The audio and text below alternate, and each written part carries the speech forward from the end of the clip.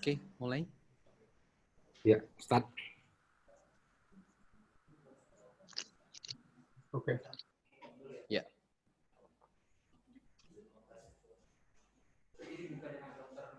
Ya.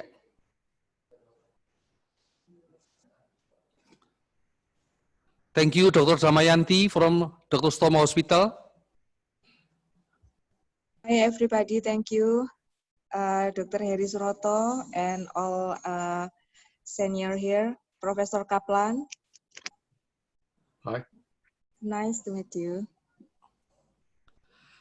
Professor Aziz Natter, thank you very much for joining us.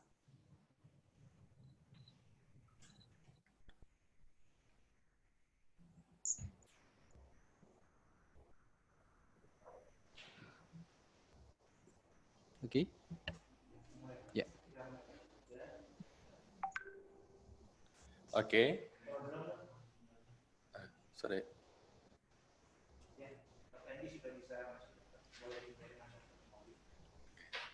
Okay, thank you. Welcome. It's my great pleasure to welcome you all to the 8th Erlangga Webinar Conference series as a pre-Congress of Asia Pacific Association of Surgical Tissue Bank 2021. Thank you all guests for being a part of this insightful webinar. Firstly, I want to introduce myself. I'm Molly Edward I'm an orthopedic surgeon. I will become the host here. And as you have been aware that today's webinar topic will be medical signaling stem cell from bench to bedside. And allow me to introduce moderator and speaker of this webinar.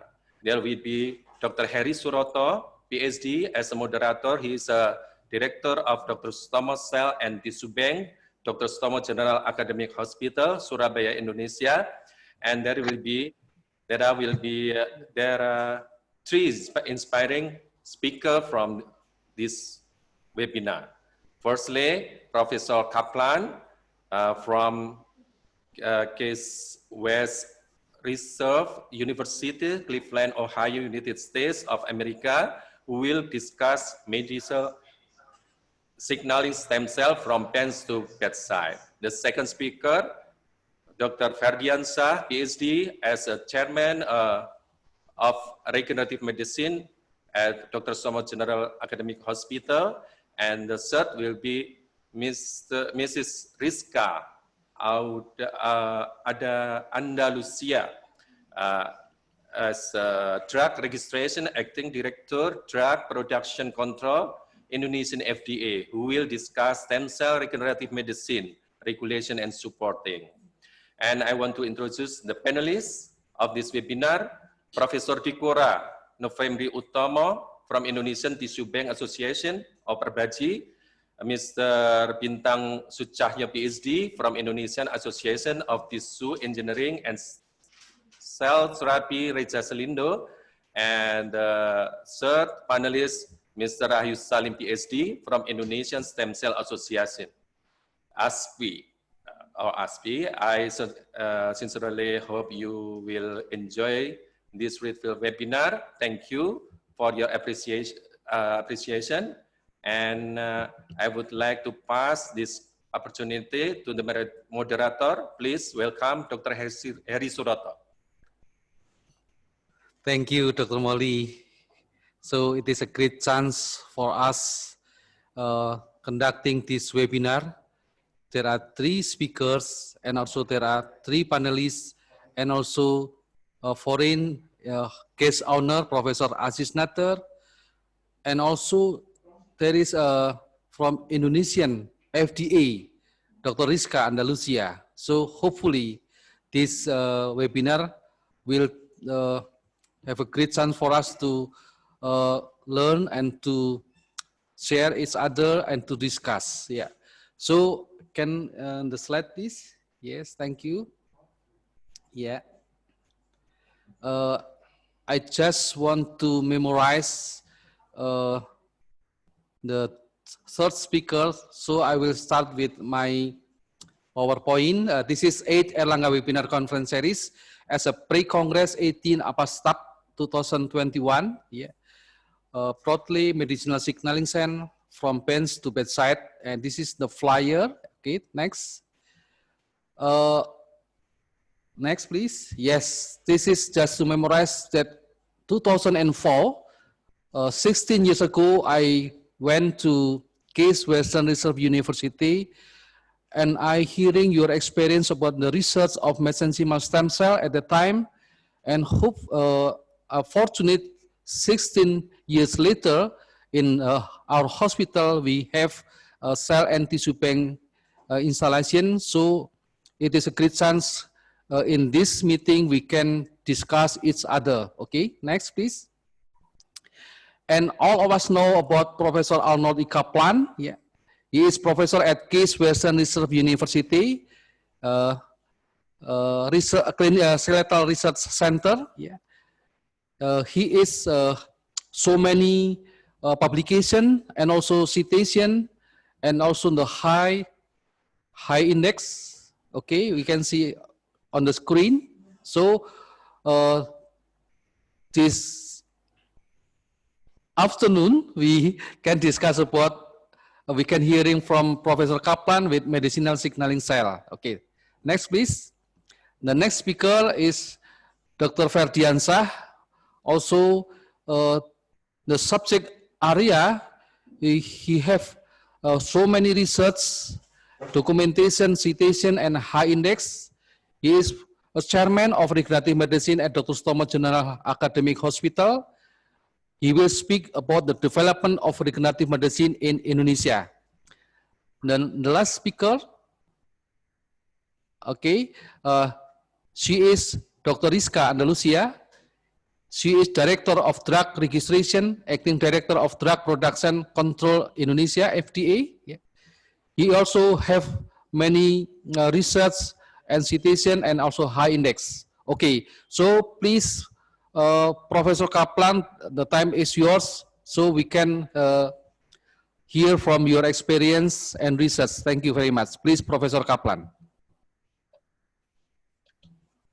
Well, good morning, everybody. I'm happy to be here, and I'm going to talk about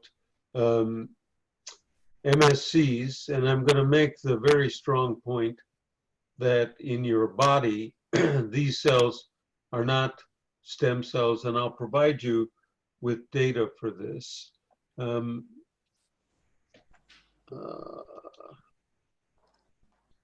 Okay. So this is my disclosure document, which says that I started a company called Osiris Therapeutics. I have no association with Osiris. They get some royalties, which the university splits with me very generously. And that's the only economic aspect that I need to discuss. So on June 18th, I gave a lecture about COVID-19 and MSCs. And in this lecture, I provided data to indicate that allogeneic MSCs can be given to very severely sick patients with very positive results. And so the hypothesis is that MSCs could actually be curative for this virus. And I provided some preliminary data to indicate that MSCs make molecules that are antiviral, that MSCs can calm the cytokine storm, and MSCs actually can affect tissue regeneration. I'm going to provide more data for that in a few minutes. So in 1991, I coined the term mesenchymal stem cells.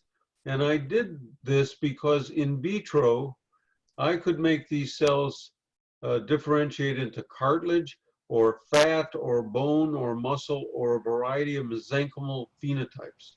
So in culture, in cell culture, I could justify the term stem cells. In 2010, I changed the name because in your body, these cells are not stem cells. And so I now call them medicinal signaling cells because they're drugstores. They make drugs at sites of injury. And I'll show you the data for this. So I'm going to refer to them as MSCs. And again, I know it's a very popular name, stem cells, but again, it gives the wrong impression to patients and the wrong impression to doctors. And I'll address this issue with publications.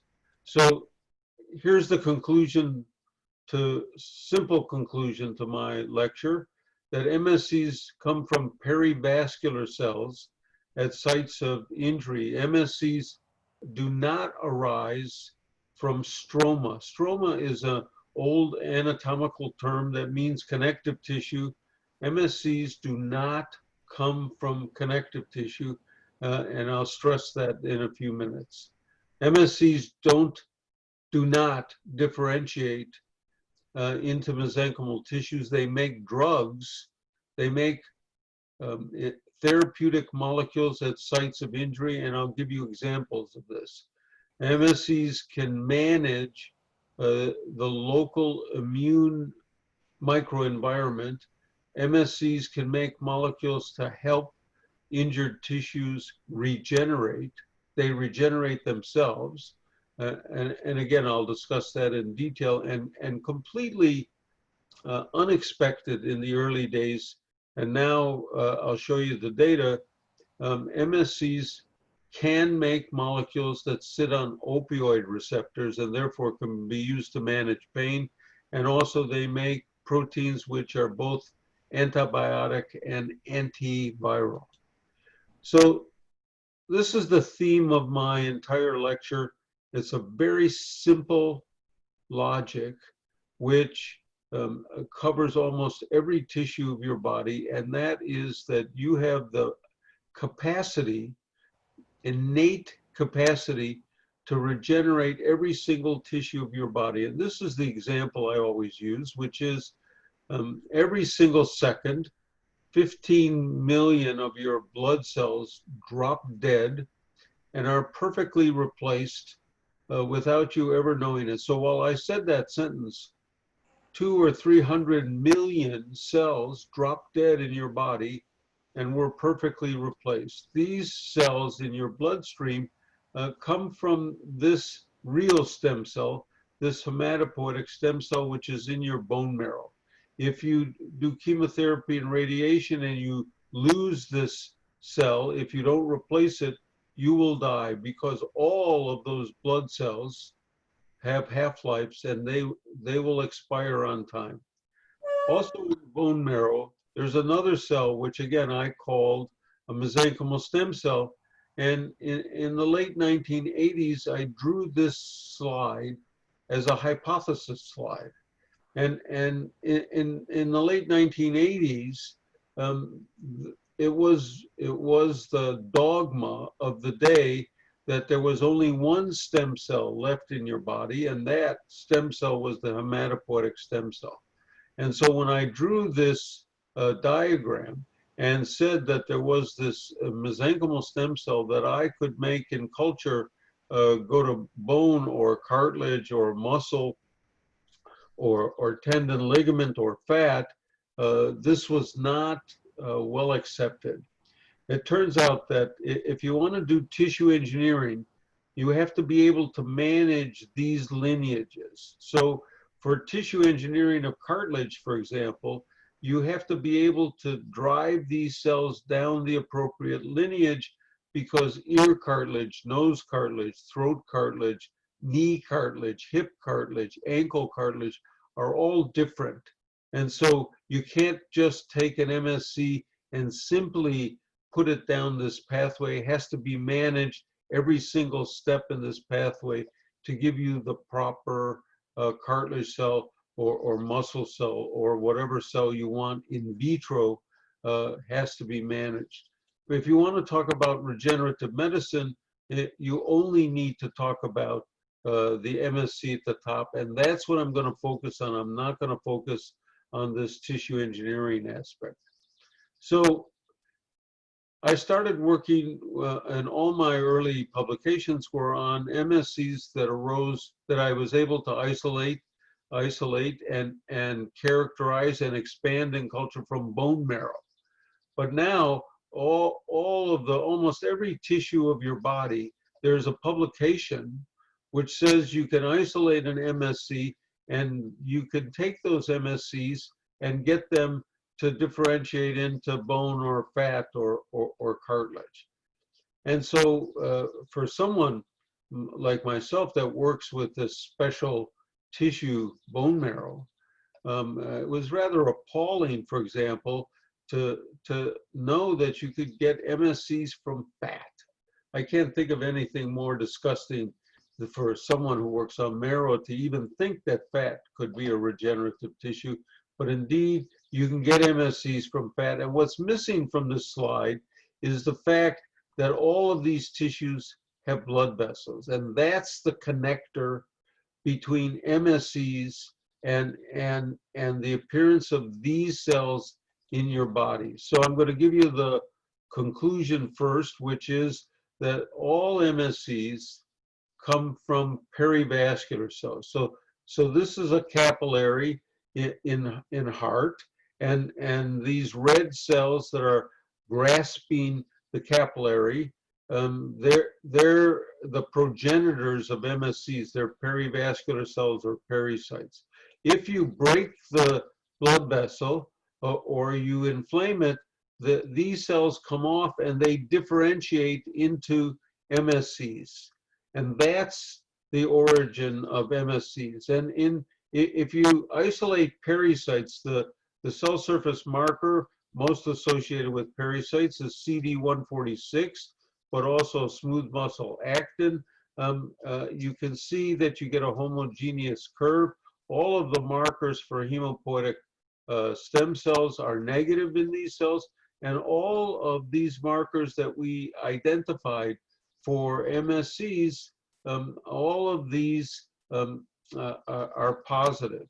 So pericytes, and this paper documents that pericytes and MSCs are identical, and this is the data to show that these two are identical. And I'm going to talk at the end of this lecture about this homogeneous distribution that we see on cell sorts, because we were led astray by this, and we originally said that this was a completely homogeneous population. That's not the case. So every cell in this slide, every cell that you see on these blood vessels is a pericyte. Every cell you see on these blood vessels are pericytes. Every cell you see on these blood vessels are pericytes. You have 100,000 miles of blood vessels in your body. Every single blood vessel has mesenchymal pericytes on the outside. There are no exceptions to this. And what's of interest here is all of these pictures look different. This pericyte and this pericyte look different because they're from different tissues. And so although the pericytes give rise to MSCs, the MSCs have different chemistries because they come from different tissues. So what's clear is I know how to take pericytes off of blood vessels. I know how to put them in culture, and I know how to get these phenotypes in vitro, and that's why I called it a stem cell. But these cells are not multipotent in your body, and here's a publication that you can read in detail, and what they show is they can take labeled perivascular cells and get cartilage and bone and fat. But in this case, the labeled pericyte here in red, the labeled pericyte in animals that are aging or on high-fat diet, or you break bones or you injure them, the pericyte never is found, the label is never found in any of these newly differentiated tissues. And so this paper documents that the pericyte is not the progenitor for these different mesenchymal tissues. This is another publication, and this is a very important publication because in this case, it says that MSCs don't stick around for a very long time. They indeed get consumed by monocytes or other phagocytic cells, and they're gone. So in this case, where you take and put MSCs into intra-articularly, and you see cartilage regeneration, that MSC that goes into that osteoarthritic knee does not differentiate into chondrocytes, and I'll come back to that in the next slide. So there's no evidence that the MSCs engraft and differentiate. As a matter of fact, they're cleared rather rapidly, and I'll come back to that because that's the missing clue to how allogeneic MSCs can be used for most medical uses. So again, I want to come back to all of these tissues because we missed something fundamentally important in all of these tissues, and I summarize it very simply here, and that every single one of these tissues has its own unique stem cell that I color here in yellow. That stem cell sits on a MSC pericyte, and both of these cells are in contact with the blood vessel, with the endothelial cells. And this is indeed the universal tissue-specific stem cell niche. So this is, you have a cardiac stem cell, you have a liver stem cell, you have a pancreas stem cell, you have a kidney stem cell. All of these cells have neurostem cells. All of these cells, these individual tissue-specific progenitors, are sitting with a pericyte next to it. The pericyte is giving it certain molecules, and both cells are sitting on a blood vessel, and that's the progenitor cell niche in every tissue of your body, and I'll come back to that. So you get an injury, the pericyte comes off. So now the pericyte is in an injured microenvironment, and it differentiates now into a new cell. It differentiates into an MSC. That MSC is activated by the microenvironment that it sees, and so it's all local. So from the front of the MSC, it makes a curtain of molecules, that stop your overaggressive immune system from looking at the injured tissue behind the MSC. This is your first line of defense against the start of autoimmune diseases or autoimmune reactions. So, and we know the molecules made by the MSCs, and these molecules made by the MSCs that make this curtain allow us to use allogeneic cells, because the curtain actually allows the MSC to evade interrogation by your immune system. So someone else's MSCs in my body would not immediately be seen by my immune system.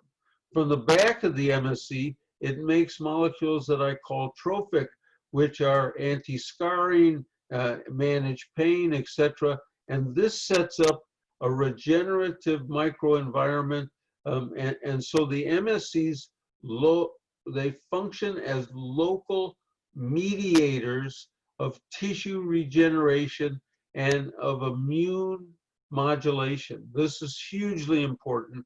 And this is how these cells are used now therapeutically.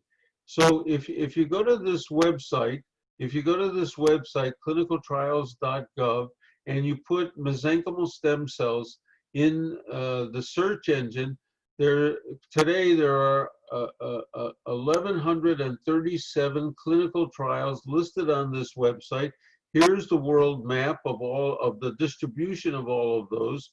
And this is a map of the United States. I'm politically very active. I do not like red states in our red-blue configuration, but I love red states here because it's the most highest number of clinical trials using MSCs. And here in the north of the United States, in Minnesota, there's a huge number of clinical trials, quite different than any of its neighbors. And this is because Mayo Clinic is here and has a whole program with MSCs. So actually there's more clinical trials with MSCs in Minnesota than in California. So it's quite interesting aspect. And I blew up this map because I'm just telling you in Indonesia and in Asia in general, you have to increase your number of registered clinical trials with MSCs because we want to see all of this data that you gentlemen and ladies have been talking about.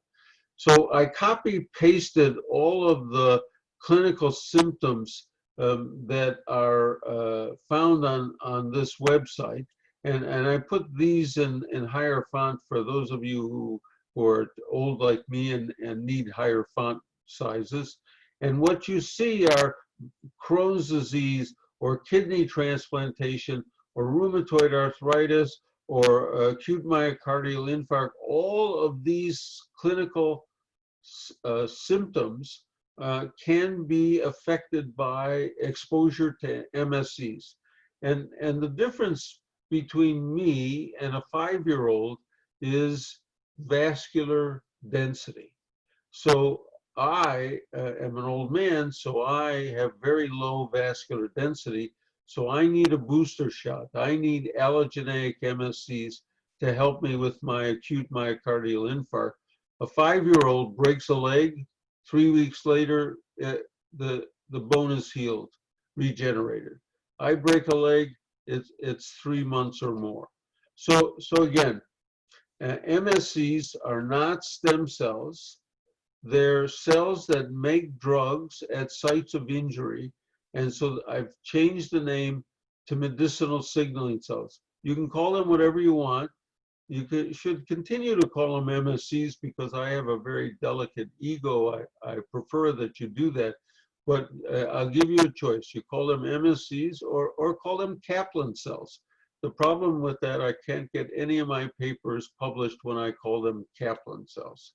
So MSCs that are put into the bloodstream dock at sites of broken or inflamed blood vessels because that's where they do business.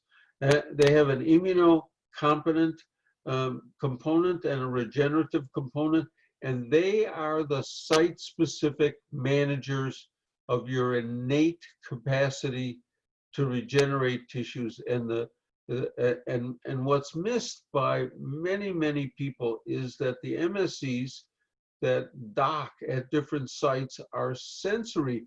They survey that site, no matter where it is in the body, whether it's the liver, the heart, or stroke for brain, and they have different response profiles. So this is a very interesting publication. They take MSCs, these blue cells, and they expose them to inflammatory microenvironment, and they make anti-inflammatory molecules. But if you take the same cell and you expose it to bacteria, they make inflammatory molecules, because if you have a bacteria, you want the MSCs not to inhibit the cells from the immune system from coming in. You want many of them to come in and take care of those bacteria. Very important aspect. And again, I'm going to talk about the management of pain. And in this case, in rodents and rats, they cause the sciatic nerve injury, very painful, and they completely eliminate that injury, that painfulness, by infusing MSCs into the animal. And what's important about this paper is that bone marrow MSCs and fat-derived MSCs were equally potent in reducing the neuropathic pain in these rats. So again, my thesis is an MSC is an MSC is an MSC. The MSCs have different modes of functioning, but in the case of pain, whether it's from fat or from umbilical cord or from marrow, they're equally potent.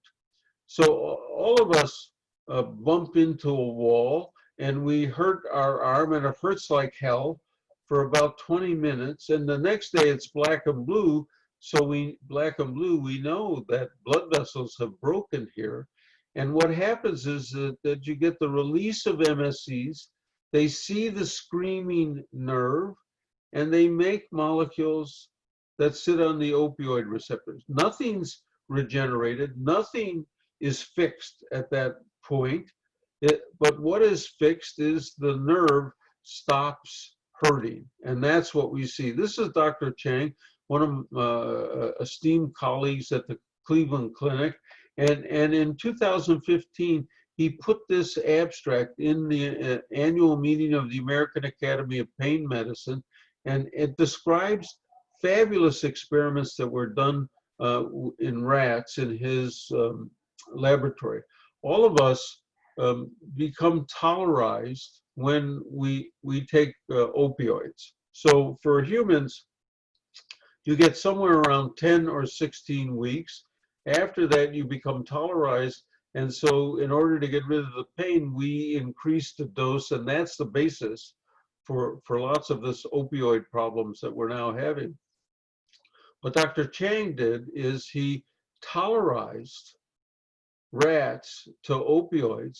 He then transplanted human MSCs, human MSCs into these rats, and they lose tolerance.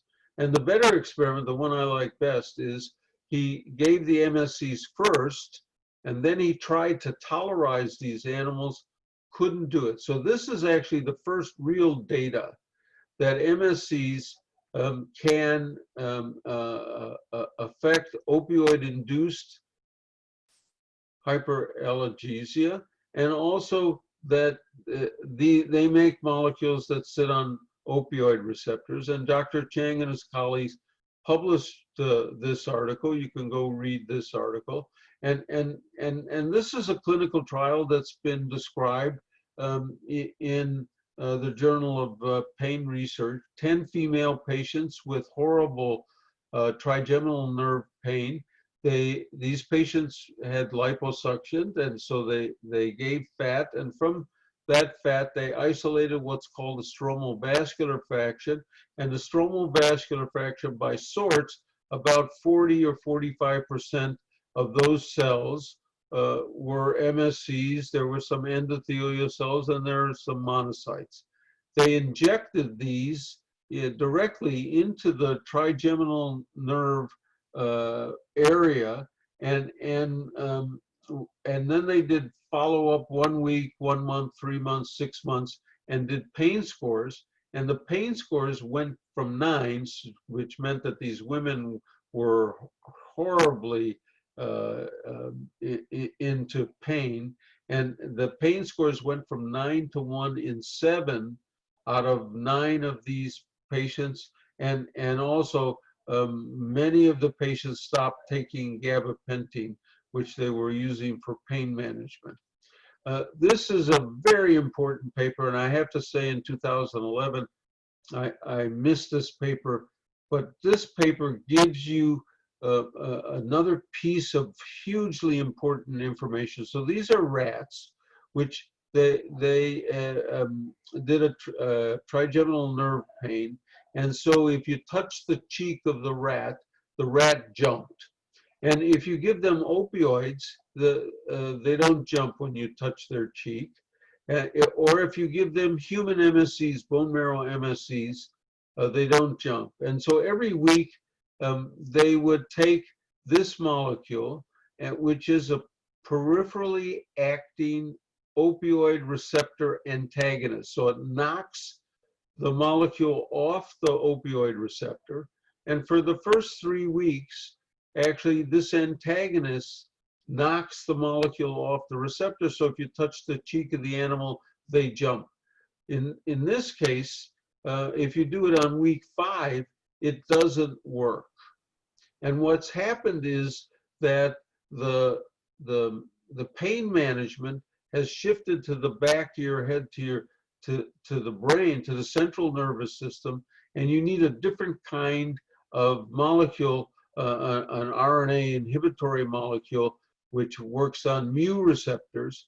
So this is hugely important. It says the bone marrow MSCs on mechanically hypersensitive areas put out molecules that first sit on peripheral opioid receptors, and those molecules can be knocked off with antagonists. And then something happens where the brainstem and the descending pathways of the central nervous system take over by week 5. So I can assure you that the MSCs that are put into these animals are long gone by week 5. So the question is, what cell is crossing the blood-brain barrier?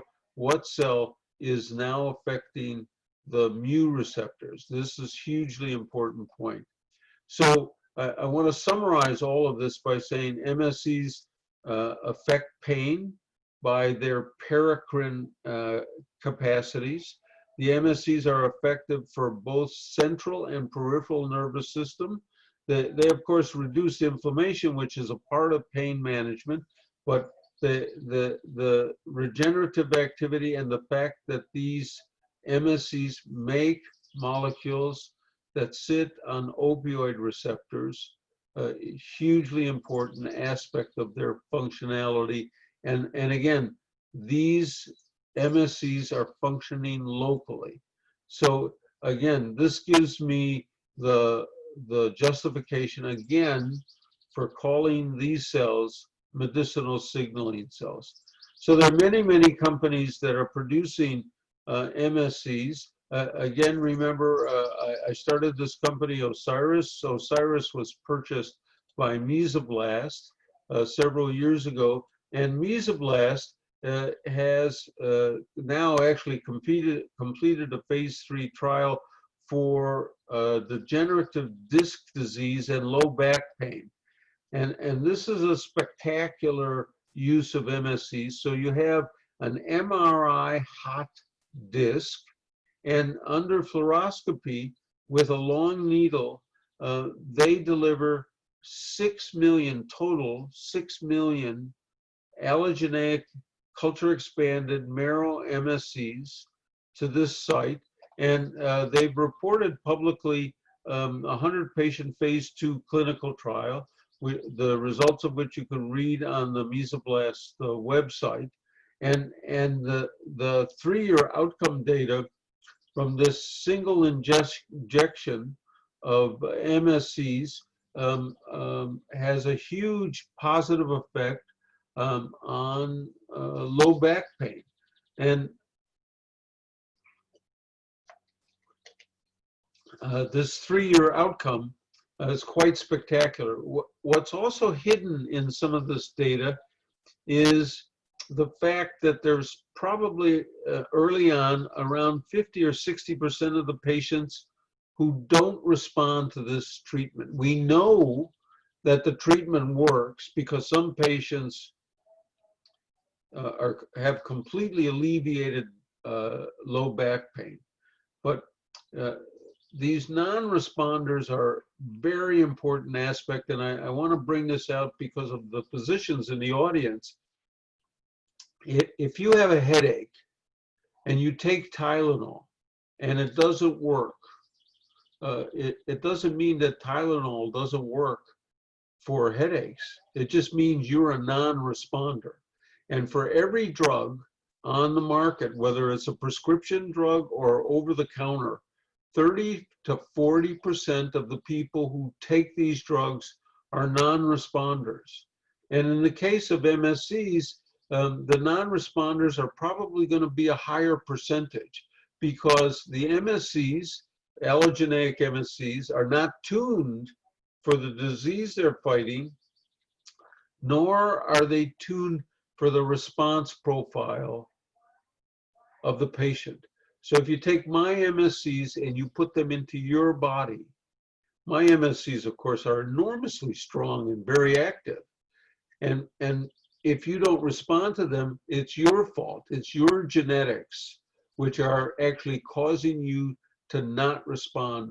So again, you have to be very sensitive to non-responders. And I think clinical trials with MSCs, for me, and I published a paper last year on this called non-responders, I think the non-responders should be better situated than any placebo control. So if you have non-responders, have a very low or no response rate, and if you have something which is medicinally active and useful, you have to show it above the non-responders.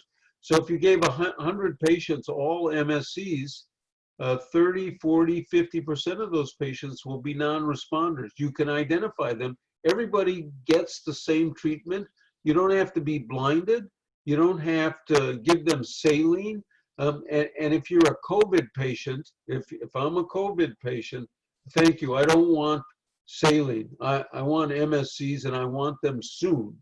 So again, this is a different way of thinking. And since you're going to hear someone from your FDA, I'm doing my missionary work, trying to convince the FDA that for all of these drugs, we don't have the time with COVID patients to do a 5,000 patient trial with half the patients getting saline. So again, if you gave 5,000 patients MSCs, you would see 30, 40, 50% non-responders, but the responders will be obvious. And we can identify them by identifying very clear outcome parameters. So again, MSCs dock at sites of broken or inflamed blood vessels. They have an immunomodulatory and regenerative component, and they manage the body's innate regenerative. Now, how, if the MSCs are quickly cleared, how can we understand that they have therapeutic effects months later? Because we see this in clinical trials, heart attack, stroke, other places, MSCs in OA knees, months later, pain has gone away, and we see new cartilage. How does this work? How could this be? So there's a wonderful paper published in 2018 that describes the mechanism, one mechanism that may be in place. So in mice, umbilical cord MSCs were given within 24 to 72 hours, those MSCs are gone. But the MSCs were labeled.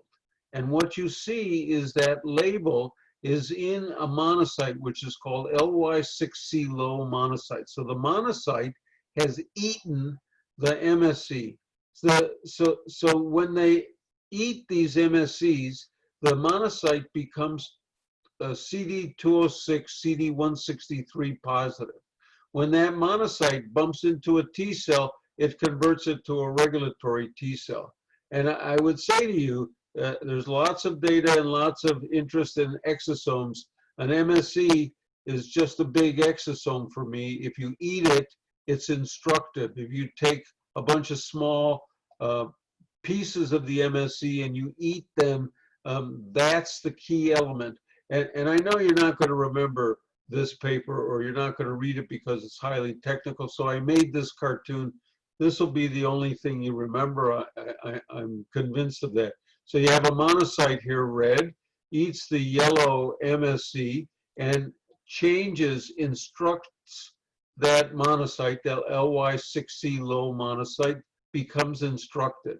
This instructed monocyte bumps into a T cell, breathes on the T cell, and that T cell becomes a regulatory T cell.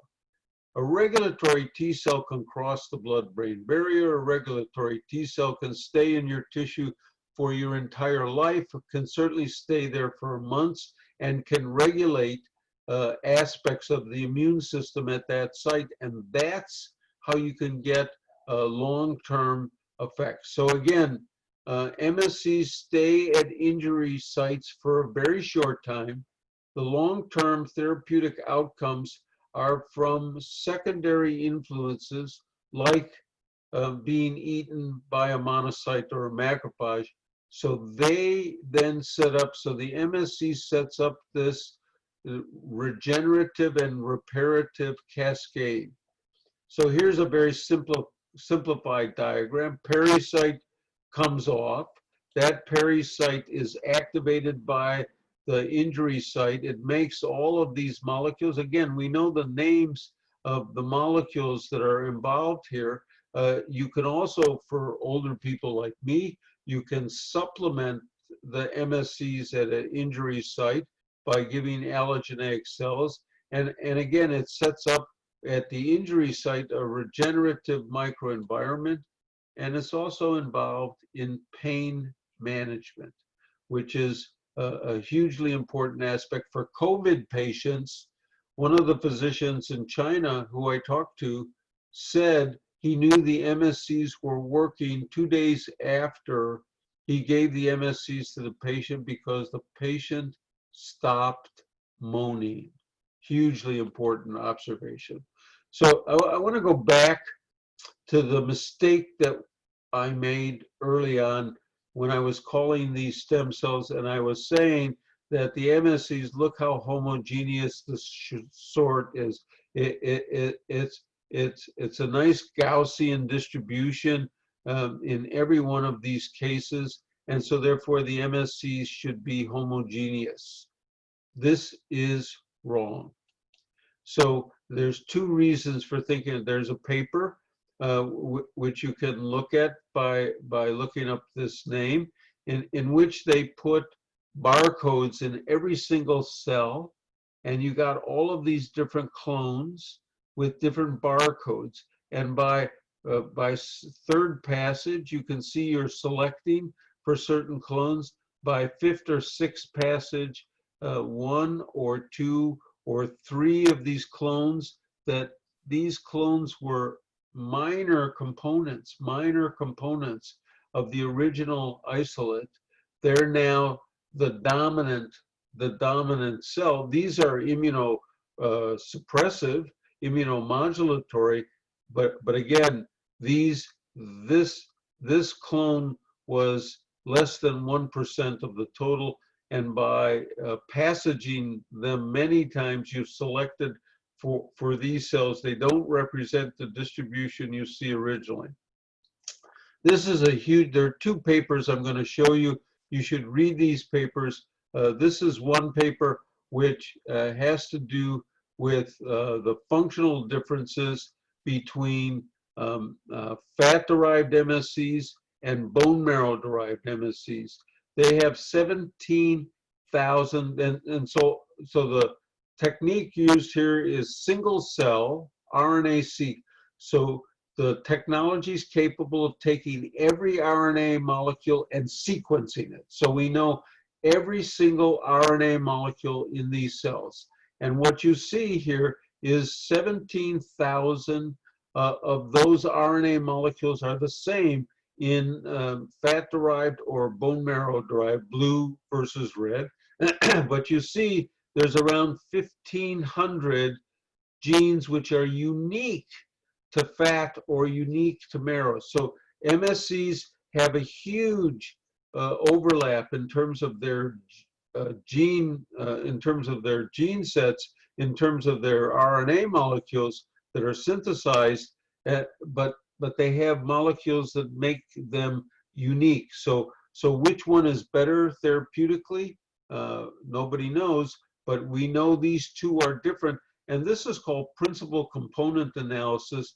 And you see all of these are different donors. So the first thing you notice is for fat, red, or blue bone marrow, all of the donors are different, which makes huge sense. Which one is best for which ailment? We don't know that, and we don't have an assay for that. So this donor and that donor are hugely different. This donor and that donor, hugely different. So, but again, they cluster, and it's because these fat-derived MSCs are very different than these marrow-derived MSCs. So actually, I said I don't like fat, but fat is one of the most interesting tissues of your body.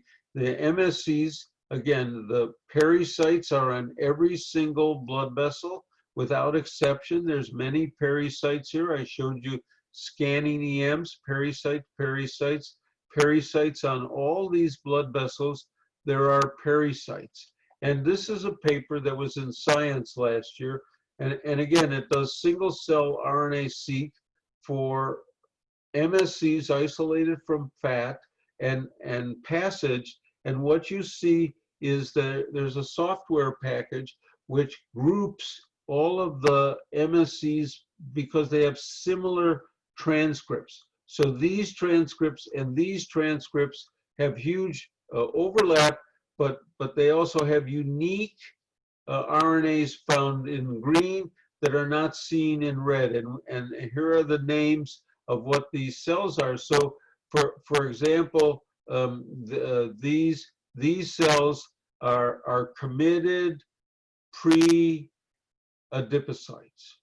So they're very different than these cells, which have a different therapeutic potential. Which of these cells are therapeutic in heart failure? Which of these cells, when you put them into an osteoarthritic knee, are efficacious? So again, two things. MSC preparations, not homogeneous. My preparation of fat cells are going to look different than this because I use different culture conditions. So again, how this distributes amongst these different phenotypes for every laboratory is going to be different. So this paper is spectacular. And what they did is they recognized that fat has different anatomical aspects to it. And what's interesting is for this gene, they have a probe which now lights up here in red, or they have for this gene, for this RNA, they have a different probe. And what you see, although these probes came from MSCs, they came from this RNA-seq experiment, and what you see is the distribution of these markers are quite different because fat is anatomically quite diverse. And so you have to understand that the pericyte that comes from here and the pericyte that comes from here, the pericyte that comes from here, the pericyte that comes from here, the pericyte that comes from here, and the pericyte that comes from here, they're going to be different. They're going to have anatomically different transcripts in them. And that's what they've done in this paper. And they show you these different anatomical locations. So MSCs have huge number of genes which are the same regardless of anatomical site. And the MSCs from this side of the fat and the MSCs from this side of the fat, they're going to be different. So again, MSCs and MSC, medicinal signaling cell, but not a stem cell and quite different. So again, this is an important message. So here's the conclusion to everything that I've been talking about. MSCs come from perivascular locations. They can inhibit scar formation.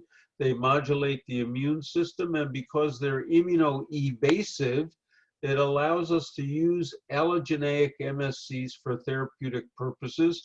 MSCs manage pain. They secrete molecules that are angiogenic and bring in new blood vessels. They make molecules that are antibacterial and antiviral. So women who have monthly bleeds, I can assure you that the uterus is not sterile. Again, monthly bleeds. So in menstrual flow, There are multi-millions of MSCs, which are just as good as fat or marrow MSCs. And as a matter of fact, there's clinical trials that use menstrual MSCs, and there's no reason why you can't use those MSCs. MSCs are mitotic for tissue intrinsic stem cells. Again, every tissue in your body has its own progenitor, its own stem cell. The MSCs have sensory capacity. They survey the microenvironment, and then they have a response profile based on that. And they can be both pro or anti-inflammatory, depending on the environment. MSCs are cleared by monocytes and macrophage, which when one of those cells eats an MSC, it changes them, and regulatory T cells can account for some of the long-term therapeutic aspects. And again, MSCs are not stem cells. So the management of patients, what you do as doctors is you manage their innate regenerative resources. MSCs are one of those resources. And in the last minute, I'm just going to tell you, we have a nature protocol done by Diego Correa and Rodrigo Somoza and myself, and you can download this poster from the Nature website, Nature Protocol website, and on it we've put all of the new information. And again, you see we put all this new information based on blood vessels because MSCs come from pericytes. And this is a page from a textbook, a simple textbook, and it makes the point that here's the hemopoietic stem cell, and it can give rise to all of these different circulating cells. And how did they characterize this in marrow? What you see is the hemopoietic stem cell sitting with a pericyte on a blood vessel. That's the universal stem cell niche. That's part of this poster. And again, this is what you see in muscle. This is what you see in brain. This is what you see in liver. This is what you see in heart. This is the universal stem cell niche. And I just want to take 1 minute to talk about bone marrow. This is the MSC pericyte that's sitting next to an active hemopoietic stem cell. And this is the MSC pericyte sitting next to a quiescent hemopoietic stem cell.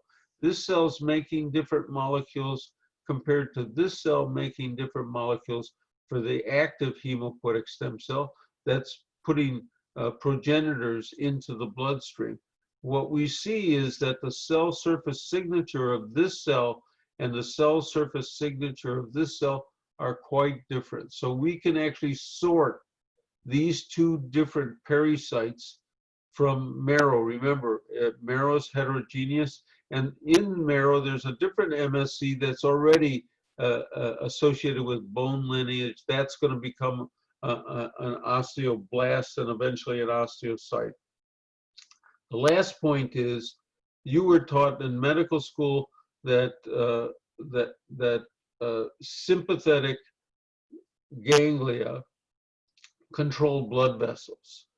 That's not correct. Sympathetic neurons innervate pericytes. These are the contractile units around all your blood vessels. They're the ones, when I took my blood pressure medication this morning, this is the cell which reacts, not the endothelial cell. So download this poster, and all that new information is there. And again, the management of MSCs is going to change the practice of medicine.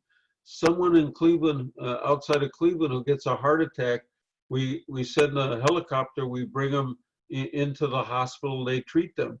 10 years from now, that person's going to get into their car, drive a mile to the urgent care center down the road, take a bag of frozen allogeneic MSCs, put them intravenously into the body, and that's going to be the total treatment. And there's a phase 3 clinical trial now completing with acute myocardial infarct, where the only treatment is allogeneic MSCs. This is a course which will be online. You can go to this website and get the current list of this website, and you can definitely see that I invite a large group of people to lecture in this course, and it's actually a 2-day, very long course with some very exciting lecturers. This is my favorite slide, which is the by Winston Churchill, that I think we're finally, with regard to cell-based therapy, at the end of this long beginning. Remember, I wrote the patents for MSCs in 1990, so it's been a long time finally getting MSCs into practice. Again, I'm not alone. There's members of the Skeletal Research Center that provide the data. It's clear that I'm just a spokesperson for some very talented scientists. Thank you. Thank you, Prof. Kaplan. You have clearly defined what MSC is. The name is medicinal signaling cell. And what is the role of immunomodulation of MSC? That's the long-term effect. So it is a great lecture for us. So I offer you, can we start with question and answer? What about you, Prof. Kaplan? Or Happy to take questions. Oh yeah. Okay. Okay, if you want to start with question and answer, okay, there are some questions, yes, from Professor Aziz. Yeah, this is my question to one of the panelists. In the reconstruction of massive bone defect of a long bone, what is the role of cortical bone allograft with autologous MSC? What about the role of bone allograft and autologous PRP? So the role of autologous MSC and the role of autologous PRP in combination with bone allograft, and also the role of bone allograft with MSC and PRP as a composite. What is your experience? Professor Kaplan, can you compare, or can you answer this question, please? Sure. So first of all, PRP, platelet-rich plasma, is a very interesting material. In platelets, one of the most common molecules is PDGF-BB. And so when you break platelets, you get a lot of PDGF-BB. Without going into the data, we've published it. PDGF-BB is what keeps pericytes bound to the basement membrane around all your blood vessels. So when you flood a blood vessel with PDGF-BB, you release the pericyte and you activate it, and it becomes an MSC. So PDGF-BB is one of the most potent activating agents for releasing pericytes and for activating MSCs. So again, the MSC is going to see this allograft, it's going to see the surgical site, and orthopedic surgeons love bloody wounds. So remember, when you see a lot of blood, you see a lot of MSCs that have come off blood vessels. So blood, broken blood vessels, PRP, PDGF-BB, you get more MSCs at that site. So you do two things. One is you activate these MSCs and you get them to look at the regenerative capabilities of putting a bony construct between the allograft and the host bone. So remember, the MSCs locally control the regenerative capacity of the host. So even if it's a 90-year-old man He has MSCs, he has blood vessels, and he has bone progenitors. So again, PRP is an activating agent. So, and I would warn all of the physicians in the audience that every PRP preparation is completely different. Some PRP preparations are good and some are not so good. The actual potency of a PRP preparation is due to how much PDGFBB is in it. So if you take 50 cc's from the left arm and 50 cc's from the right arm, and you put them into one of these PRP machines, those two draws from the same patient can be different by a factor of 10. So which is best? Of course, the one that works.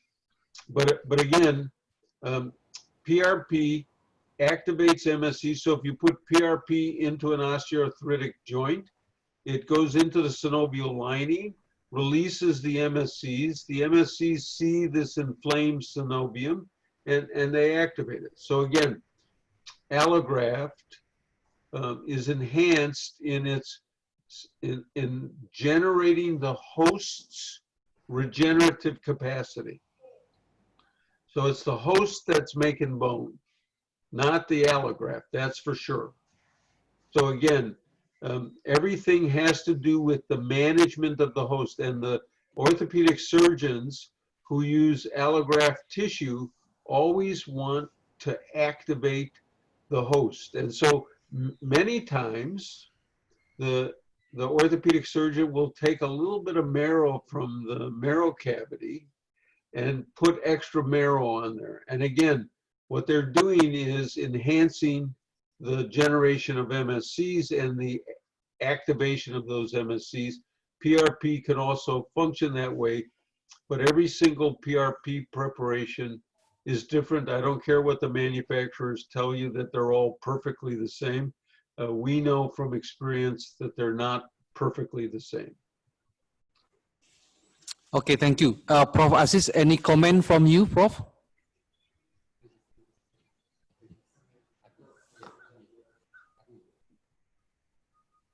Unmute, Prof, please.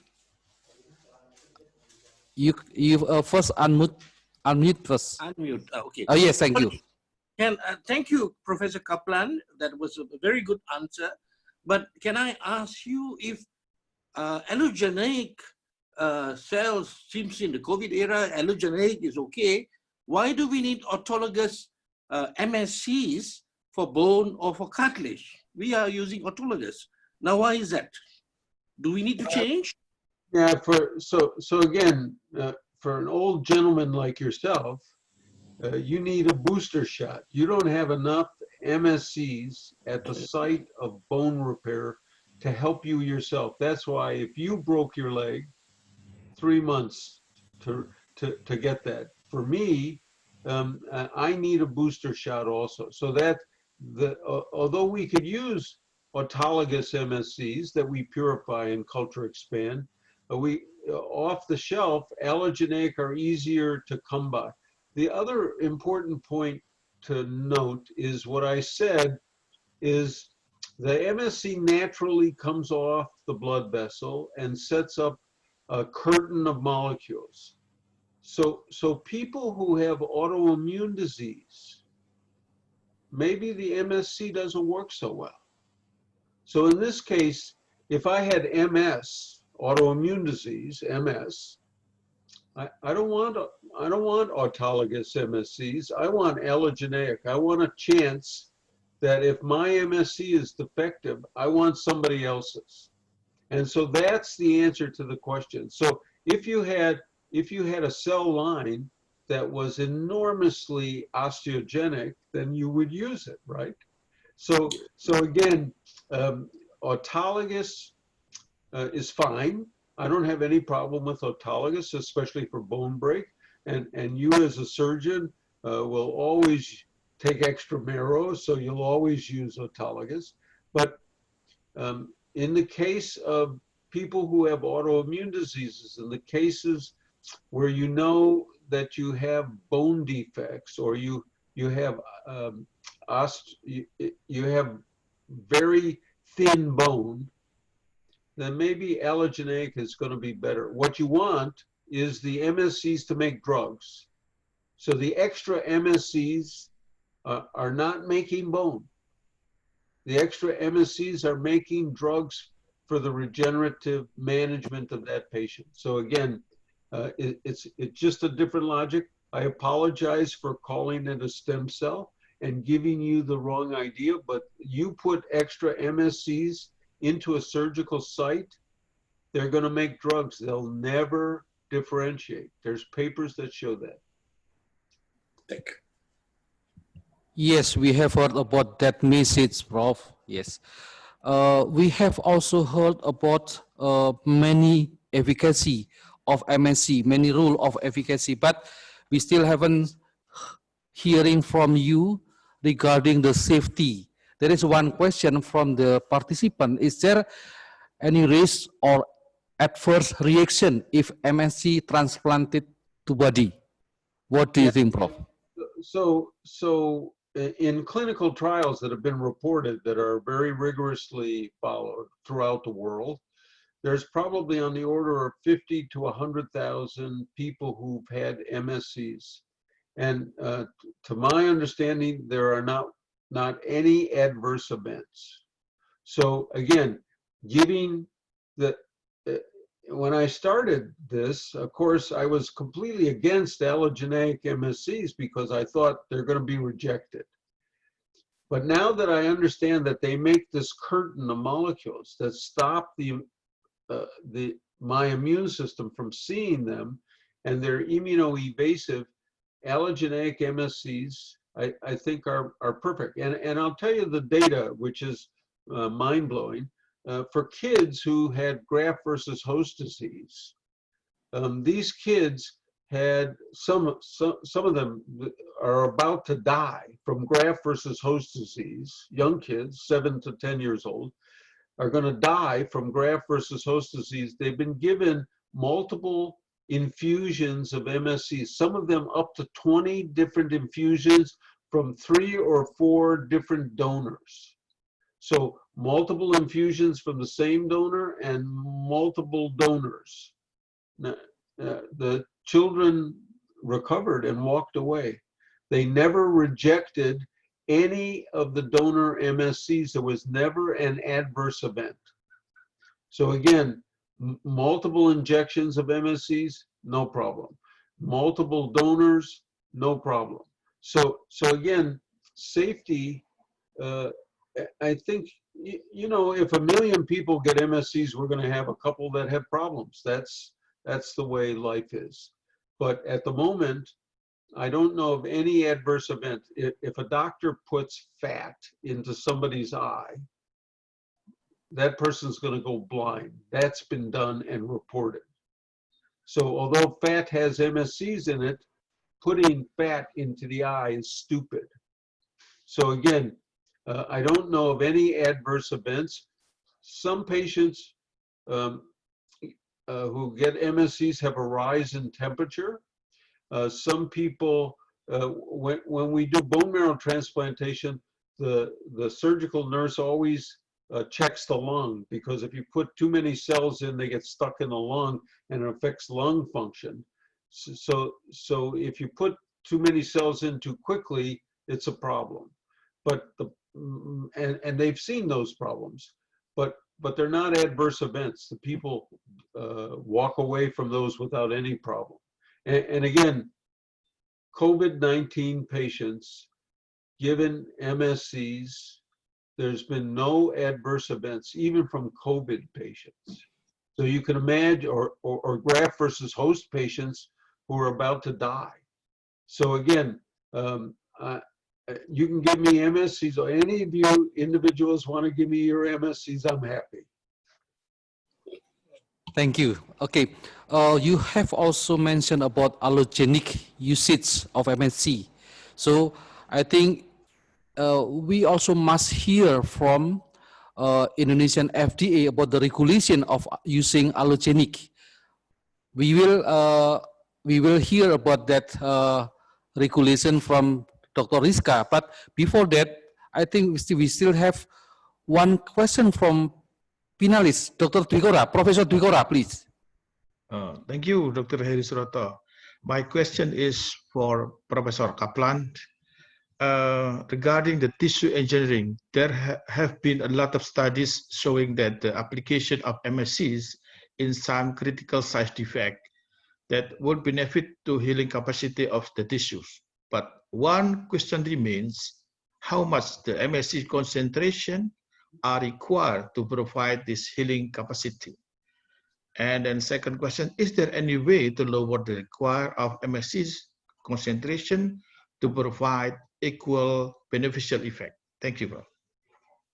Yeah, so I always get this question of potency of MSC preparation. So for example, there's fat transfer into osteoarthritic knees. And so you take a liposuction and you manipulate the material to try to get the optimal number of MSCs or optimal number, amount of fat. So the answer is there's no way of telling. And we don't have any assay for potency. So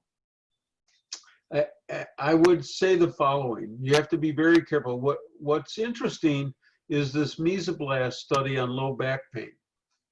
The phase 2 trial, they injected 6 million cells into some patients and they injected 12 million cells into some patients. The best data, the best response profile comes from the patients given 6 million cells, not 12 million. So too much of a good thing is not a good thing. And it's very important. What we all think is that if you give more, you get a higher activity. And then you get a plateau. That's the way we think about drug use, that you're going to get a plateau. In biology, that plateau never happens. What happens is that as you give more, it actually goes down. So you could give an MSC preparation and give too much and get no effect because you're on the downside of that curve. So all of the question you ask is the question that I don't have any answer for, is how do we know we're on this up curve and how do we pick a good point on that up curve? And there are no potency assays. There are no way of telling whether your MSCs are more potent than my MSCs. And so genotype's different, production different, all of these are different. There are no answers. And I say sarcastically, the best amount of MSCs are the ones that work. I can't give you anything better than that, sorry. Thank you, Prof. Kaplan. Okay, Prof. Kaplan, it is a great honor for us. Please, if you also hearing from Indonesian's development of regenerative medicine, so please, Dr. Ferdiansah, you can share about your presentation. Dr. Ferdiansah? Yes. Thank you. Okay.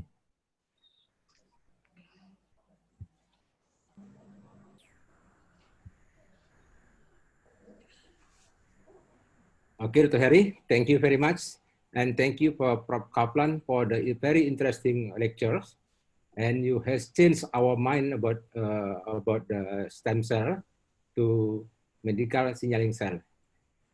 And it's hopefully very useful for us. And I apologize for these sessions. I will speak in Indonesia, but my slide in the English.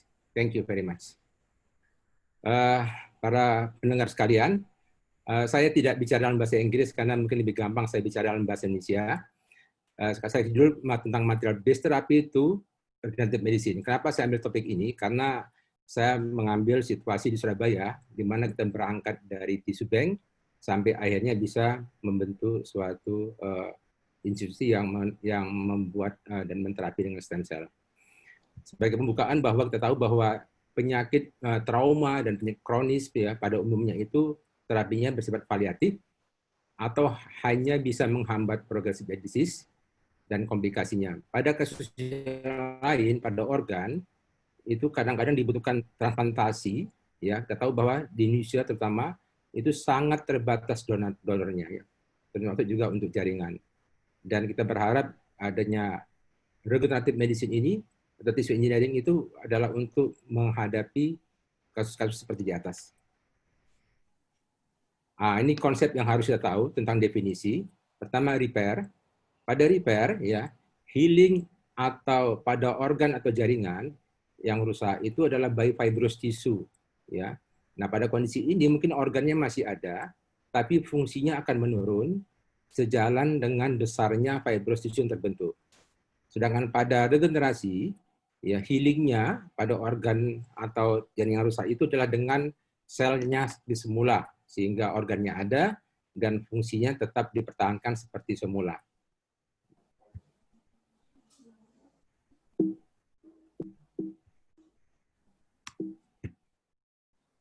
Nah, ini adalah definisi dari regenerative medicine, adalah suatu proses untuk membuat creating living dan jaringan yang berfungsi untuk repair, replace jaringan dan organ yang rusak oleh karena umur, penyakit, dan lain-lainnya dengan cara regenerasi. Ya. Jadi sehingga diharapkan akan terjadi perbaikan jaringan atau tisu seperti kondisi semula. Kalau kita lihat pada gambar ini ada yang abu-abu gelap, ya, ada yang putih, ya, ada seperti laring, trakea, diafragma, ureter itu gelap, ya, abu-abu gelap. Ada yang putih seperti otak, spinal cord injury, spinal cord, tiroid dan selanjutnya. Nah, kerusakan pada organ atau jaringan ini membawa dampak pada terapi approach yang berbeda. Pada kerusakan pada otak, pada spinal cord, pada tiroid, kita butuh sel untuk memperbaiki metabolisme dari selnya. Sedangkan pada diafragma, bladder, ureter, ya, uretra, kita butuh jaringan untuk memperbaiki fungsi structure dari organ tersebut atau jaringan tersebut. Sehingga ini punya approach yang berbeda. Yang pertama cell-based therapy, yang kedua tissue engineering. Ya. Kemudian kita lihat di sini, pada cell-based therapy kita mengambil sel dari pasien atau dari donor, kita processing, ya, kemudian dikembalikan pada pasiennya. Sedangkan pada tissue engineering, ya, sel kita kombinasi dengan scaffold, kemudian dikembalikan kepada pasiennya. Mohon maaf, Dr. Heri, saya tanya dulu, saya punya waktu berapa menit untuk bicara, Dr. Heri? 15 menit. 15 menit ya, oke, thank you. Saya harus cepat berarti ini, ya. Nah, cell-based therapy itu, ya, ada dua ide di balik itu. Adalah pertama untuk mendapatkan pengganti dari sel yang hilang karena kerusakan karena berbagai sebab. Yang kedua, kita berharap mendapatkan berbagai macam cytokines, kita juga disampaikan oleh Prof. Kaplan, yang banyak berguna pada regenerasi jaringan. Ya, ini saya nggak cerita lagi karena sudah berubah konsepnya. Ya, kita tahu bahwa ternyata fungsi utamanya adalah fungsi dari imunomodulatornya, ya, tapi bukan fungsi dari diferensiasi. Ya.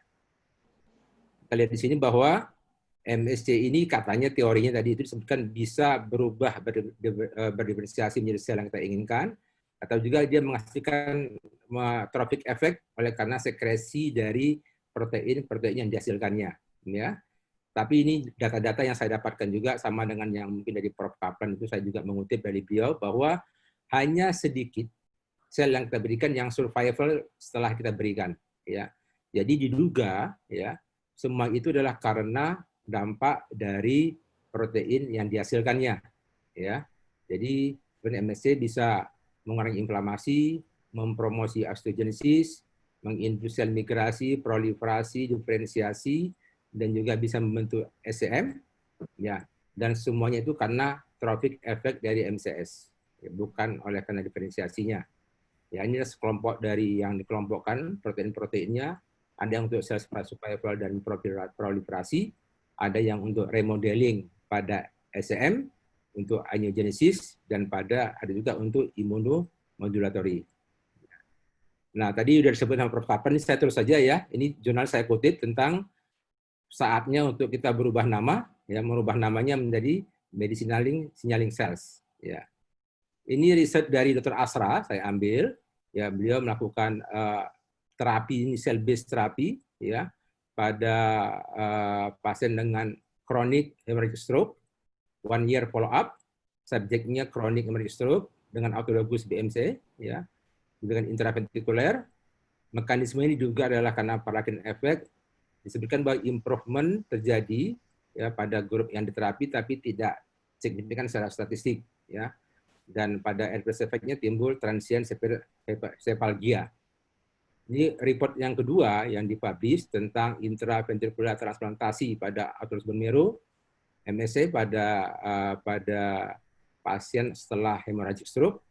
Didapatkan bahwa ada perubahan pada infark daerah occipital di mana terjadi berkurangnya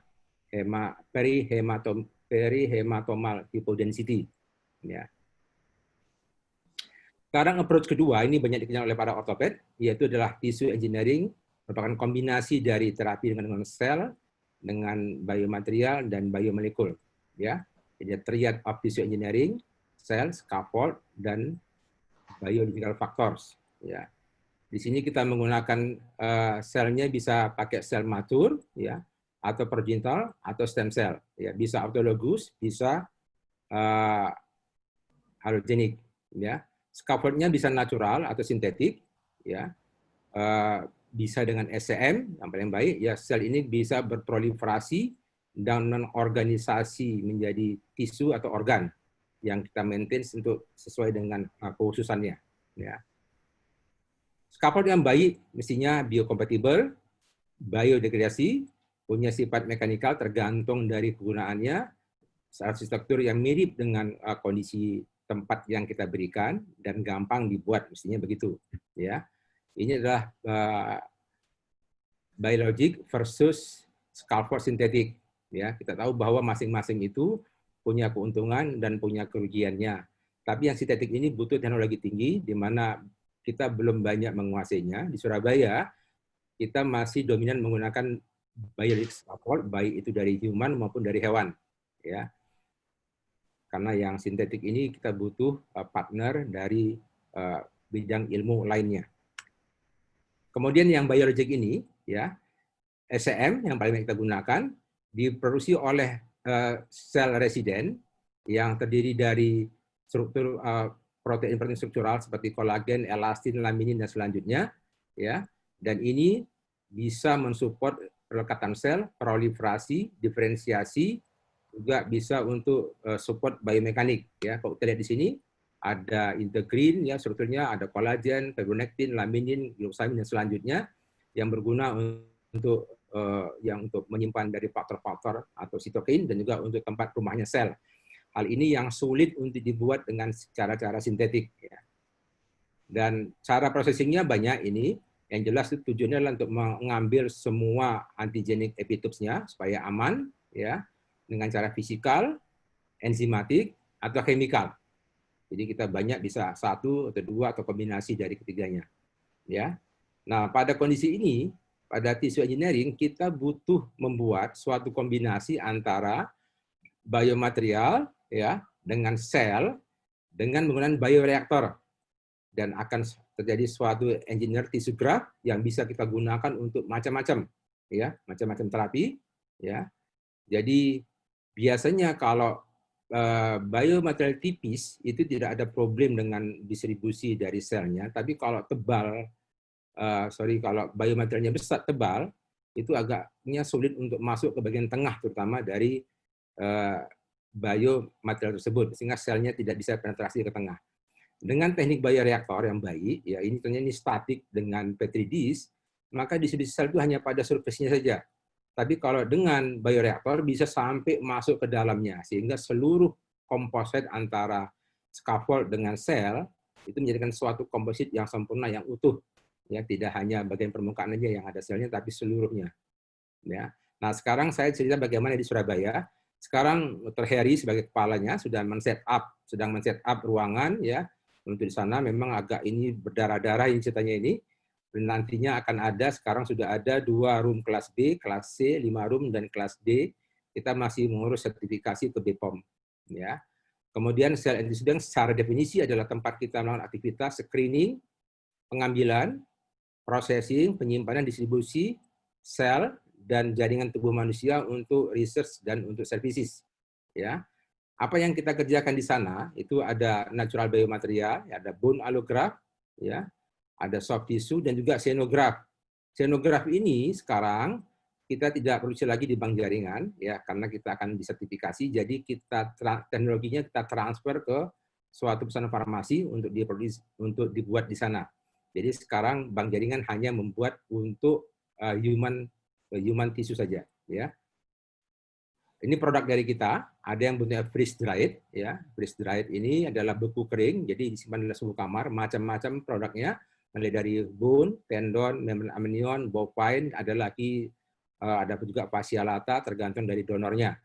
Kemudian ada yang disimpan dalam konteks beku minus 80, ya. Ini juga macam-macam, ya. Nah, di Indonesia kita kesulitan mendapatkan donor jenazah. Sehingga kebanyakan donasi kita itu berasal dari jaringan sisa operasi atau dari membran amnion. Sedang dari jenazah itu sangat sulit karena regulasi kita belum menunjang sampai ke sana, tapi memang sudah ada rancangan undang-undang yang untuk menggampangkan kita mengambil donor jenazah. Ya. Nah, ini kita juga sudah mengembangkan cartilage, ya. Ini kita ambil alternatif karena dari manusia sulit, ini adalah dari bovine cartilage. Ya. Ini yang kita sedia dengan stem cell, ya, MSC, dia tumbuh di sini. Ya. Ini produk kita, ada protein dan selanjutnya. Ini produk yang telah dikomersialisasi, ya. Ini tadi bilang tadi bahwa produk yang dari hewan kita tidak lagi produksi, tapi kita geser ke industri farmasi. Ya. Dan bank jaringan kita itu telah melayani banyak provinsi-provinsi lain atau kota lain yang membutuhkan sesuai dengan kemampuan kita, ya. Nah, ini adalah sejarah sedikit tentang pertama sekali kita transplantasi masif bone di Indonesia, yaitu tahun 92, ya, pada pasien osteofibroma. Ya, ini contoh lagi dari apa yang kita kerjakan adalah osteoarticular allograft pada pada distal femur, ya. Contoh ini penggunaan bone allograft pada trauma, ya, pada bone loss, pada pada sarkoma, di mana ada sarkoma yang menginfiltrasi tulang, reseksi, dan pasang juga dengan masif allograft. Ini satu paper yang menarik, di mana saya mengerjakan rekonstruksi pada masif bone defect karena tumor, ya, dengan allograft, terjadi inkoperasi pada anak-anak, ya, bagus penyembuhannya, dan karena ada shortening, kita lakukan distraksi kira-kira ini hampir 8 cm, dan itu berhasil. Artinya apa? Pada anak ya, bukan pada dewasa, kalau kita melakukan masif bone allograft, maka terjadi inkorporasi sempurna, sehingga tulangnya itu merupakan tulang hidup secara keseluruhan. Tapi hal ini tidak terjadi pada orang dewasa. Ya, ini contoh penggunaan tulang yang kecil. Tadi kalau yang besar, sekarang yang kecil-kecil ya freeze dari bone allograft banyak sekali. Ini bentuknya untuk filler. Kalau tadi itu struktural, ya, itu beda dalam hal penggunaan fungsinya. Kita juga mencoba membandingkan semua produk kita yang ada di Sutomo. Ya, ternyata disebutkan bahwa DBM untuk yang masif, untuk yang kecil-kecil bukan masif. Untuk small bone defect itu yang terbaik adalah DBM ternyata, ya. Nanti kita akan berikutnya akan juga memproduksi DBM ini. Kemudian ada lagi produk lain, membran amnion untuk wound healing, untuk kombusio, dan menariknya teman-teman dari bedah saraf menggunakan untuk neuroplasti. Ya, ternyata hasilnya cukup baik untuk menggunakan membran amnion. Ini terasal Dr. Agus Turkan. Nggak salah saya mendengar mereka mengerjakan berlayer-layer, berlapis-lapis, mungkin sekitar 6-10 lapis dari membran amnion. Ini milestone tempat kita, tadi saya katakan kita mulai dari biomaterial, akhirnya ke regenerative medicine. Jadi bone bank tahun 90, kemudian ini ada Biomedical Center, kemudian tahun 2007 kita mulai mempropose tentang stem cell terapi, 2008 kita mulai culture stem cell, 2011 kita membentuk regenerative medicine dan central center, dan sekarang menjadi tempat itu menjadi namanya Cell and Tissue Bank. Juga partner kita di UNER juga berubah menjadi ke arah stem cell research dan development center. Jadi kita berjalan simultan antara Sutomo dengan UNER. Ini adalah kombinasi antara Sutomo, Fakultas Kedokteran, dan Erlangga Health Science Institute. Ya. Nah, sekarang bagaimana tissue engineering? Berkaca pada tulang sebagai model, ya. Di ortopedik sebenarnya sebagian besar masalahnya selesai dengan hanya scaffold saja, ya. hanya yang kecil minoritas saja menggunakan scaffold plus protein, dan sangat sedikit yang membutuhkan scaffold dengan terapi dengan sel. Ya, jadi majority itu selesai problemnya dengan hanya scaffold saja. Dan kalau kita lihat di program ilmu baru, ya terapi yang baru itu tidak langsung bisa sukses. Kita lihat di sini ada fase-fase high ekspektasi, ya, dan akan terjadi dilusi nantinya. Saya nggak tahu stem cell itu sampai di mana sekarang, tapi kira-kira di sini akan dilusi dan dia akan naik lagi sejalan dengan maturnya atau matangnya dari teknologi tersebut. Ya.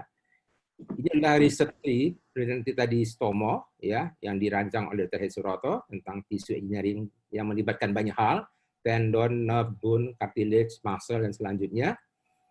Ini riset pertama ya, tentang stem cell di Surabaya, ya, yang saya kerjakan menggunakan mineral hidroksyapatit dengan stem cell. Dipublish, ini disebutkan bahwa mineral dengan stem cell itu bisa untuk intergenerasi masif bone defect pada hewan coba. Ini pada hewan coba ya. Kemudian juga ini kemampuan diferensiasi otogenik antara adipose dan bone marrow pada DBM, ya. Kemudian teman-teman dari dentis mengerjakan pada ini dengan menggunakan amniotic membrane, human membrane stem cell, ya, pada vertical size defect pada menurut defect. Kemudian juga pada gigi ini, ya, pada hewan coba tikus, ya. Kemudian ini adalah aplikasi kombinasi, ya, tadi disebutkan sudah diskusikan tadi dari Prof. Kaplan, penggunaan transverse bone allograft dengan bone marrow aspirate dan PRP, ya, untuk defect seperti ini, dan hasilnya cukup baik, ya.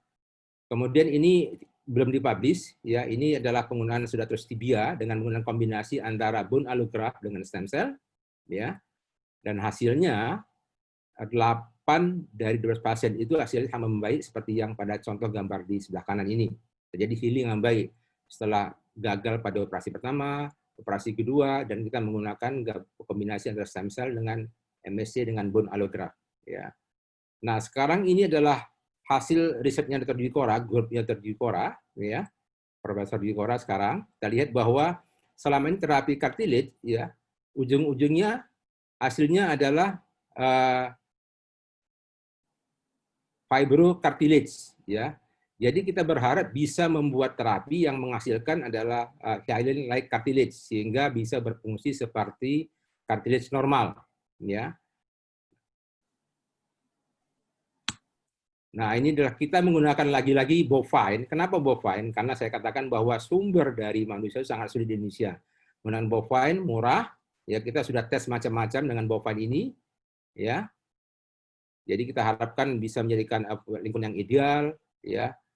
Arctic waternya bagus, bisa biodegradable, dan berisi SEM dan growth factor. Ya.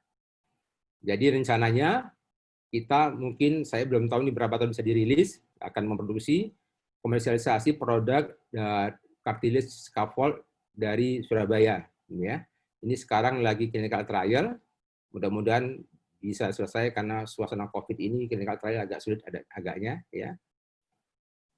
Ini adalah riset-riset yang telah kita kerjakan dengan menggunakan bovine ini atau di Ukara, disertasi S3-nya menggunakan kombinasi bovine cartilage dengan allogeneic bone marrow stem cell dengan PRP. Ya. Hasilnya disebutkan ada perbaikan pada defek yang dibuat. Kemudian berikutnya tentang cartilage, ini saya mengerjakan untuk de-seeding dengan MSC pada bovine cartilage, ya, untuk diferensiasi dari MSC. Kemudian ada lagi ini tentang sifat-sifat psikobiomekanik karakter dari bone marrow dari bovine cartilage, ya. 2 menit lagi, Dr. Fer. Kenapa? Menit lagi. Ya, ini juga ada, ini tentang cartilage semua. Dan terakhir, ini soft tissue, Dr. Heri, ya, yang mengerjakan, ini nerve, ini tentang hubungan pada brachial palsy, kemudian juga potensi dari secretum adipose stem cell, kemudian peristaltik amnion pada adipose pada komposit untuk augmentasi pada total suprastructure. Ini sudah pada manusia aplikasinya sudah dipublish. Kemudian berikutnya lagi terjadi mengerjakan tentang ini, rencana kita membuat sediaan spawn dari membran amnion, ya, jadi dalam kondisi di mana kita nantinya untuk wound healing, karena tahu bahwa membran amnion itu banyak sekali faktornya yang akan memacu atau memfasilitasi wound healing. Ya, ongoing riset lagi berjalan, clinical trial tentang menggunakan secretum MSC pada bone, ya, muscle and tendon, nerve, dan target produknya adalah preserved secretum, kemudian composite antara scaffold dengan secretum.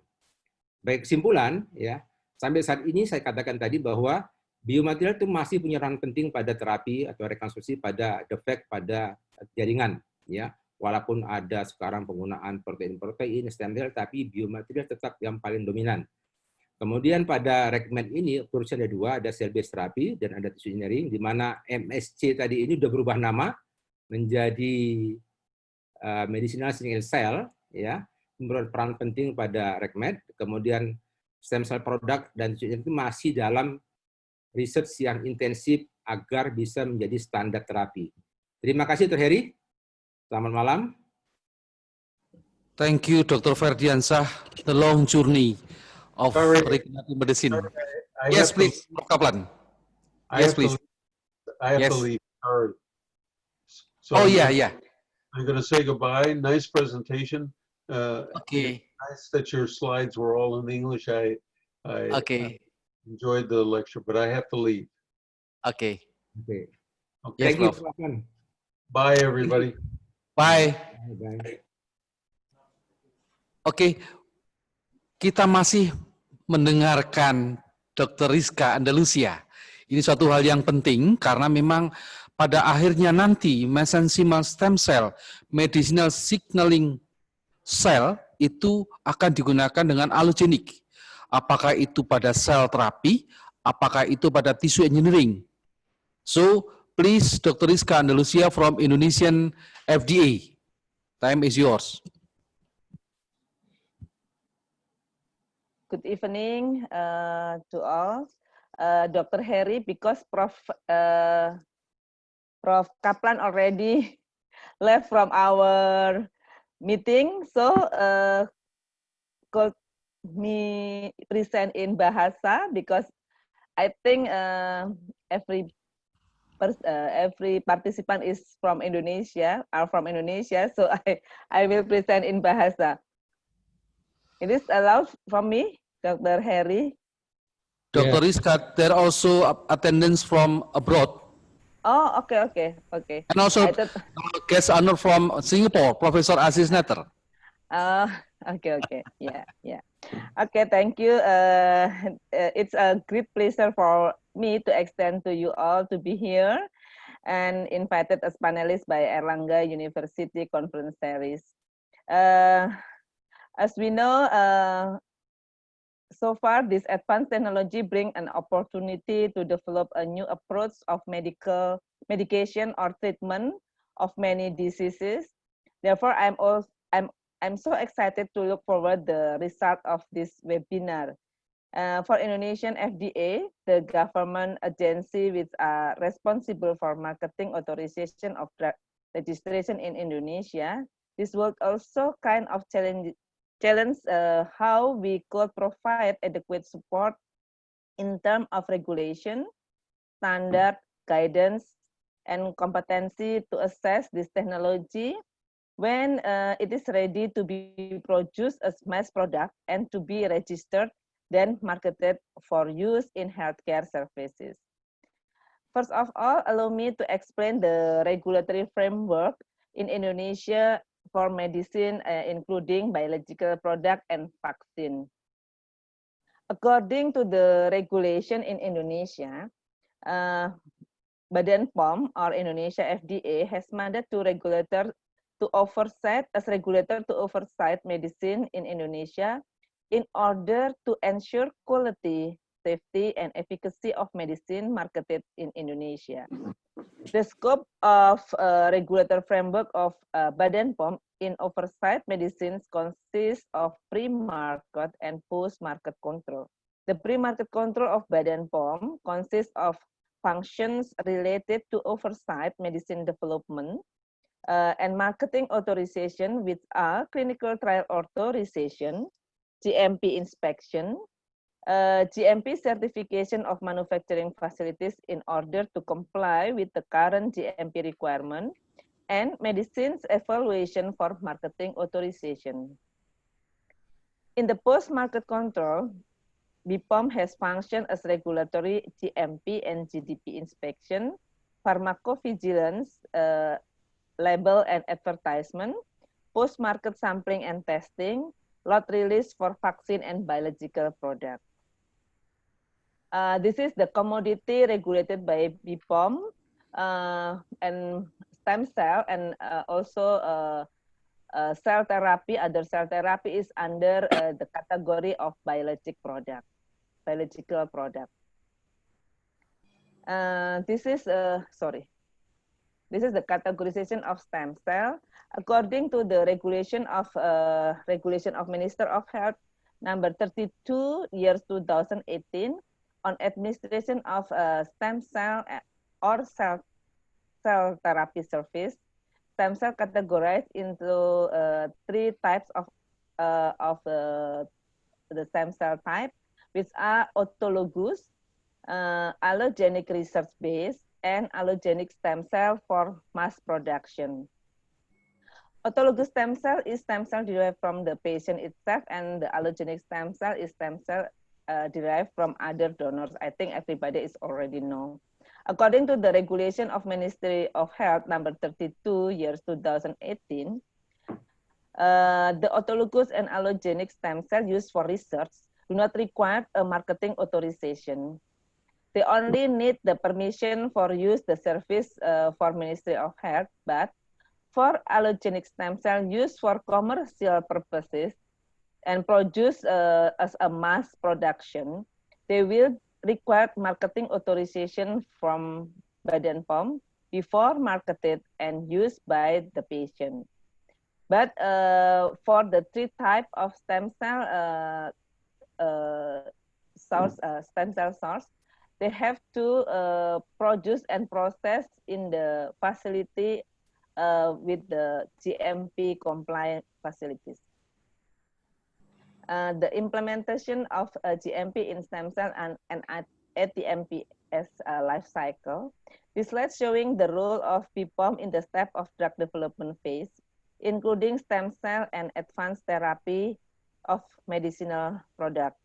In accordance with roles Badan POM in drug development, as I mentioned before, role of BPOM start in the clinical phase of drug development through the investigational new drugs until marketing authorization is granted. By having a clinical trial authorization, as we heard from the first panelist, Prof. Kaplan, and also from Dr. Ferdiansa, there are many products still under the clinical trials, so it's still in investigational new drug. And also we regulate the implementation of GCP to ensure compliance of GCP in the conduct of clinical trial, and particular for quality aspect, implementation of GMP to ensure compliance of GMP requirement in producing or manufacturing of stem cell and other advanced therapy. In order to ensure the quality of product used by human participant in clinical trial, as per requirement of medicines, GMP requirement in the stem cell development is also implemented in the whole phase of clinical trial. So all the product, all the stem cell or cell therapy product used for the clinical trial should produced in facility with GMP compliant. BPOM has developed a GMP guideline for medicine and biological product. Principles of stem cell production already include in the Annex 1 and Annex 2 in this guideline. This guideline contains minimal requirements to ensure product of high quality and with no risk to customers and users, provide direction in production, testing and quality assurance to ensure that the product will be safe to be used in human. Our GMP guideline published at 2018.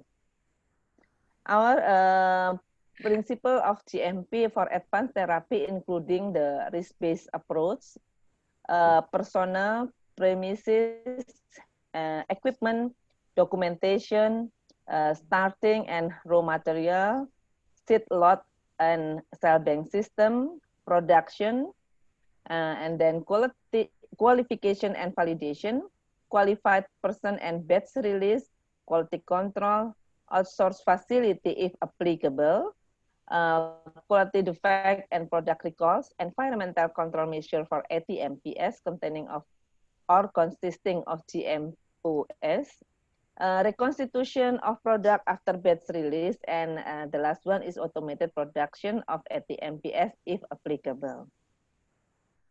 According to this is all the GMP. This is all the GMP international guidelines. We have all the standard for GMP.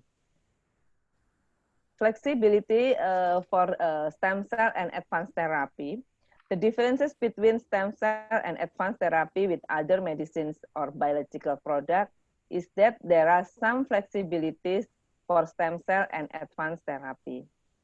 A certain level of flexibility in GMP requirement is necessary to enable the stem cell and advanced therapy manufacturer to implement the measures that are most appropriate having regard to specific characteristics of the manufacturing process and of the product, particularly in the investigational and development phase. The risk-based approach permits the manufacturer to design the organizational, technical, and structural measures that are put in place to comply with GMP and to ensure quality according to the specific risk of the product and the manufacturing process. This is the marketing authorization process of stem cell. It is possible to grant marketing authorization through conditional approval, considering the stem cell product is a small production scale and also become the unmet medical needs because usually stem cell product is for the patient with advanced states and also used in very small population and stem cell and advanced therapy is categorized as unmet medicinal product. It's as usually used for end stage of therapy or for therapy of disease which has limited choice of therapy and has variety response among individuals. Considering this nature of stem cell and advanced therapy, the appropriate standard of AWCS categorization is a learning experience. The approach is currently taken by all the regulatory authorities in the global. The experimental characteristic of authorized AWCS or regulators, industry, and clinical practice to pay accurate attention to post-marketing risk management to limit patient risk. Therefore, the conditional approval for the stem cell and advanced therapy can be applied with only phase 2 clinical trials. Nevertheless, monitoring of post-market of this product is very critical. We have conditional approval for some of the stem cell product which already passed for the clinical trial phase 2, but we still have continued to the clinical trial phase 3 after the marketing authorization, and also we monitoring of pharmacovigilance and monitoring of efficacy in the large population. We really open for any research initiatives using this technology as intervention, and will support by providing regulatory assistance to make sure or to ensure that what is being researched and developed fulfill the standard and requirement. the conclude of my presentation. I wish all of us have a fruitful discussion this evening, and I'm very looking forward to the result of this discussion that may contribute to the development of this advanced technology for serving public health in Indonesia. Thank you for your kind attention. Thank you, Dr. Rizka. Yeah, we still have 10 minutes. Yes, so I open the question. Oh, Dr. Molly, you have a question, please? You go.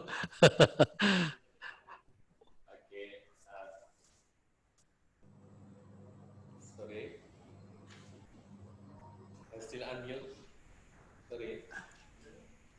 Can I direct to? Okay. Okay.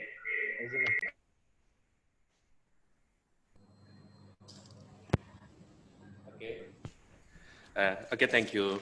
My question is Mr. Rizka, Indonesian FDA. Yeah. Hello, Mr. Rizka. Miss Rizka. Mr. Yeah. Okay. As we know that stem cell therapy is still questionable in some field. Is there any government FDA Indonesian rule to make easy or discretion in clinical research? And the second question is there any place for direct services using both reference or clinical research? Okay, two questions for Mrs. Rizka, sorry. Okay, yeah. The flexibility for clinical trial. I think the design of clinical trial must be fulfill the scientific base and the design have to use the standard design for the result of efficacy and safety. We should use the randomized control trial design is the good design for clinical trial. But we have the flexibility for the state of clinical trial. As I mentioned before, we can give the marketing authorization when this product already have a result from clinical trial phase 2 and after have the marketing authorization, we can continue for the phase 3 clinical trial. But the design of the clinical trial to to show the efficacy and safety of the product must be concordant to the standard. And the second question, the question is for where is the place? Yeah, for direct service using the abroad reference or clinical reference that we already that the from the abroad research already done and phase 3 or phase 4 and we directly use. Is it possible for application?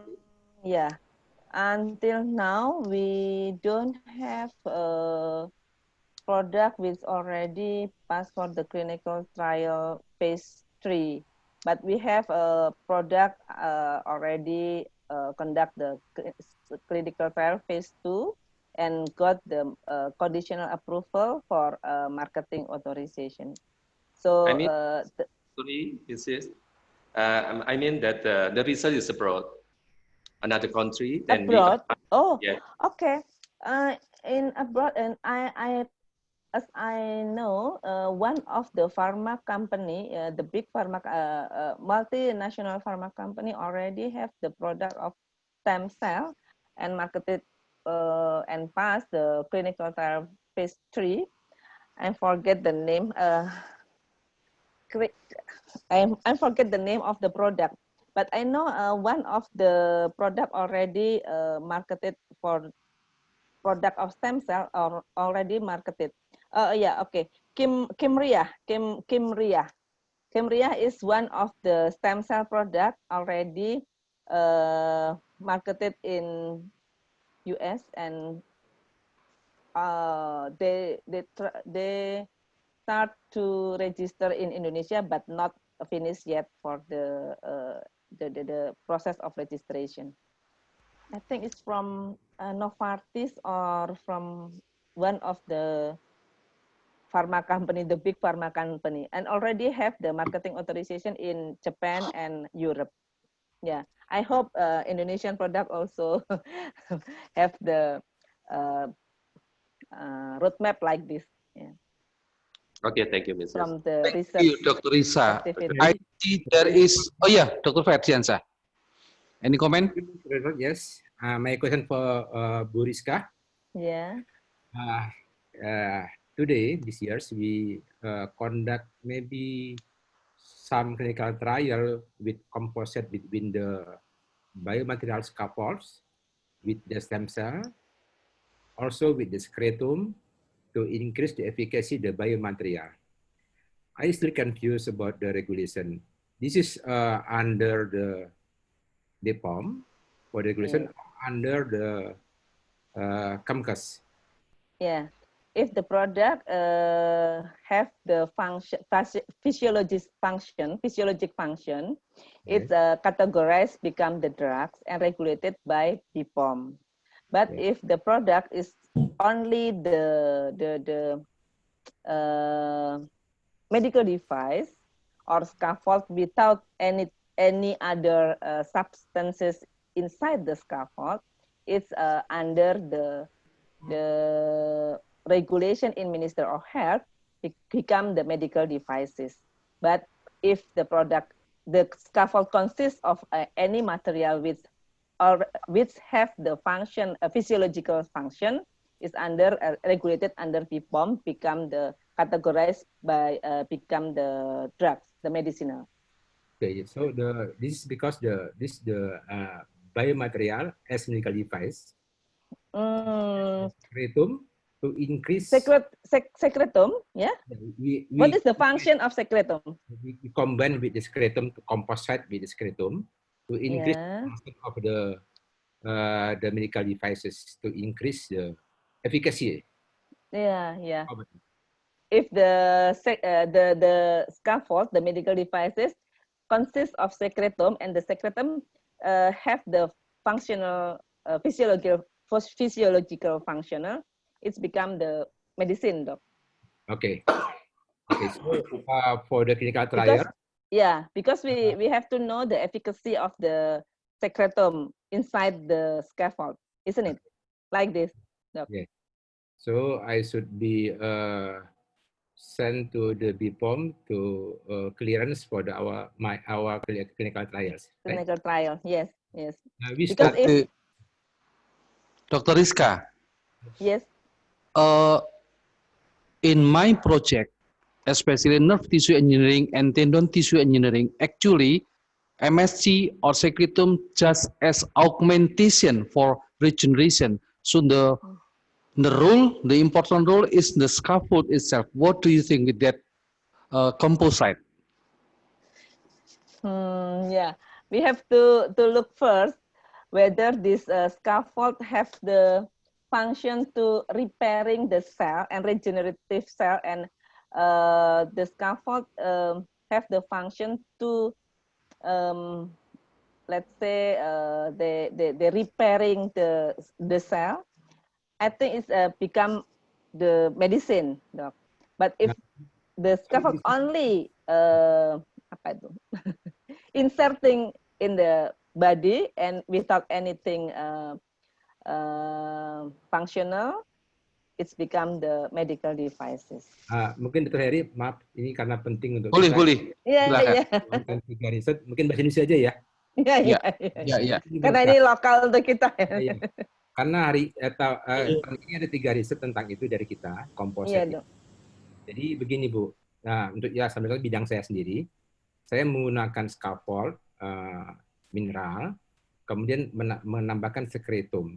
Itu sama dengan produk yang sudah ada, misalnya yang sudah ada di pasar, walaupun tidak sama persis, tapi mirip-mirip, yaitu produk dari luar, dari Korea, dan itu yang regulasi dari Kemenkes. Nah, sedangkan dalam riset kita ini, baik Dr. Heri, mungkin di Prof. Kora dan saya itu fungsinya stem cell ada sekretum itu adalah untuk menambah efikasi dari kemanfaatan biomaterial yang kita berikan. Jadi bukan murni fungsi fisiologis. Jadi untuk menambahnya itu supaya lebih baik daripada sebelumnya. Kira-kira gimana? Iya, kalau memang dia tidak merubah fungsi fisiologis, dia tidak perlu dimasukkan sebagai golongan obat, dia hanya sebagai alat kesehatan saja, Dok. Tapi selama dia tidak merubah fungsi fisiologis ya, tapi kalau sekretomnya nanti akan mempengaruhi fungsi fisiologis, tentunya dia akan masuk menjadi obat karena nanti kita akan melihat efikasinya dan juga kita akan melihat apakah safety-nya ya, pasti safety-nya begitu, Dok. Baik Bu, terima kasih banyak. Dr. Heri, silakan. Ya, terima kasih. Jadi mungkin ini perlu kita klarifikasi. Apabila sifatnya tissue engineering atau rekayasa jaringan, maka sel ataupun sekretum itu sifatnya lokal. Tetapi sebetulnya fungsi utama adalah pengganti jaringan, yaitu biomaterial yang kita berikan. Sehingga itu kita daftarkan ke Kemenkes. Tetapi apabila yang sifatnya sel terapi, berarti itu sudah merupakan suatu produk obat. Yes, produk obat ya. Oke. Saya lihat di sini ada Kabid Litbang, the Chair of Research and Development from Dr. Sutomo Hospital. Oke, ya. Sorry, sebentar. Dr. Damayanti Tindo, mungkin ada satu komen berkenaan dengan riset ini. Baik, terima kasih. Saya mengikuti diskusinya, Dr. Heri, dan pada prinsipnya sebenarnya kesepakatan tentang apa itu MSC dan produk-produk dari tissue bank ini menjadi satu hal yang krusial. Tadi Dr. Rizka, Bu Rizka juga sudah menjelaskan. Selamat malam, Bu Rizka. Ya, selamat malam, Dok. Sudah menjelaskan tentang kapan dia bisa masuk ke golongan obat dan kapan dia sebagai golongan inert ya. Jadi menurut saya kalau proses untuk menuju ke arah produksi itu bisa didorong, itu masuk dalam tim pengembangan kami akan support. Tapi ya itu tadi klasifikasinya harus sebaiknya clear ya, Dok ya. Ya, selama dia tidak merubah fungsi fisiologi, dia tidak dimasukkan sebagai obat, Dok. Kalau memang tertanam begitu kan, Dok. Jadi kayak semacam apa ya? Kayak semacam kalau pemasangan pen dan sebagainya gitu ya, Dok ya. Implan.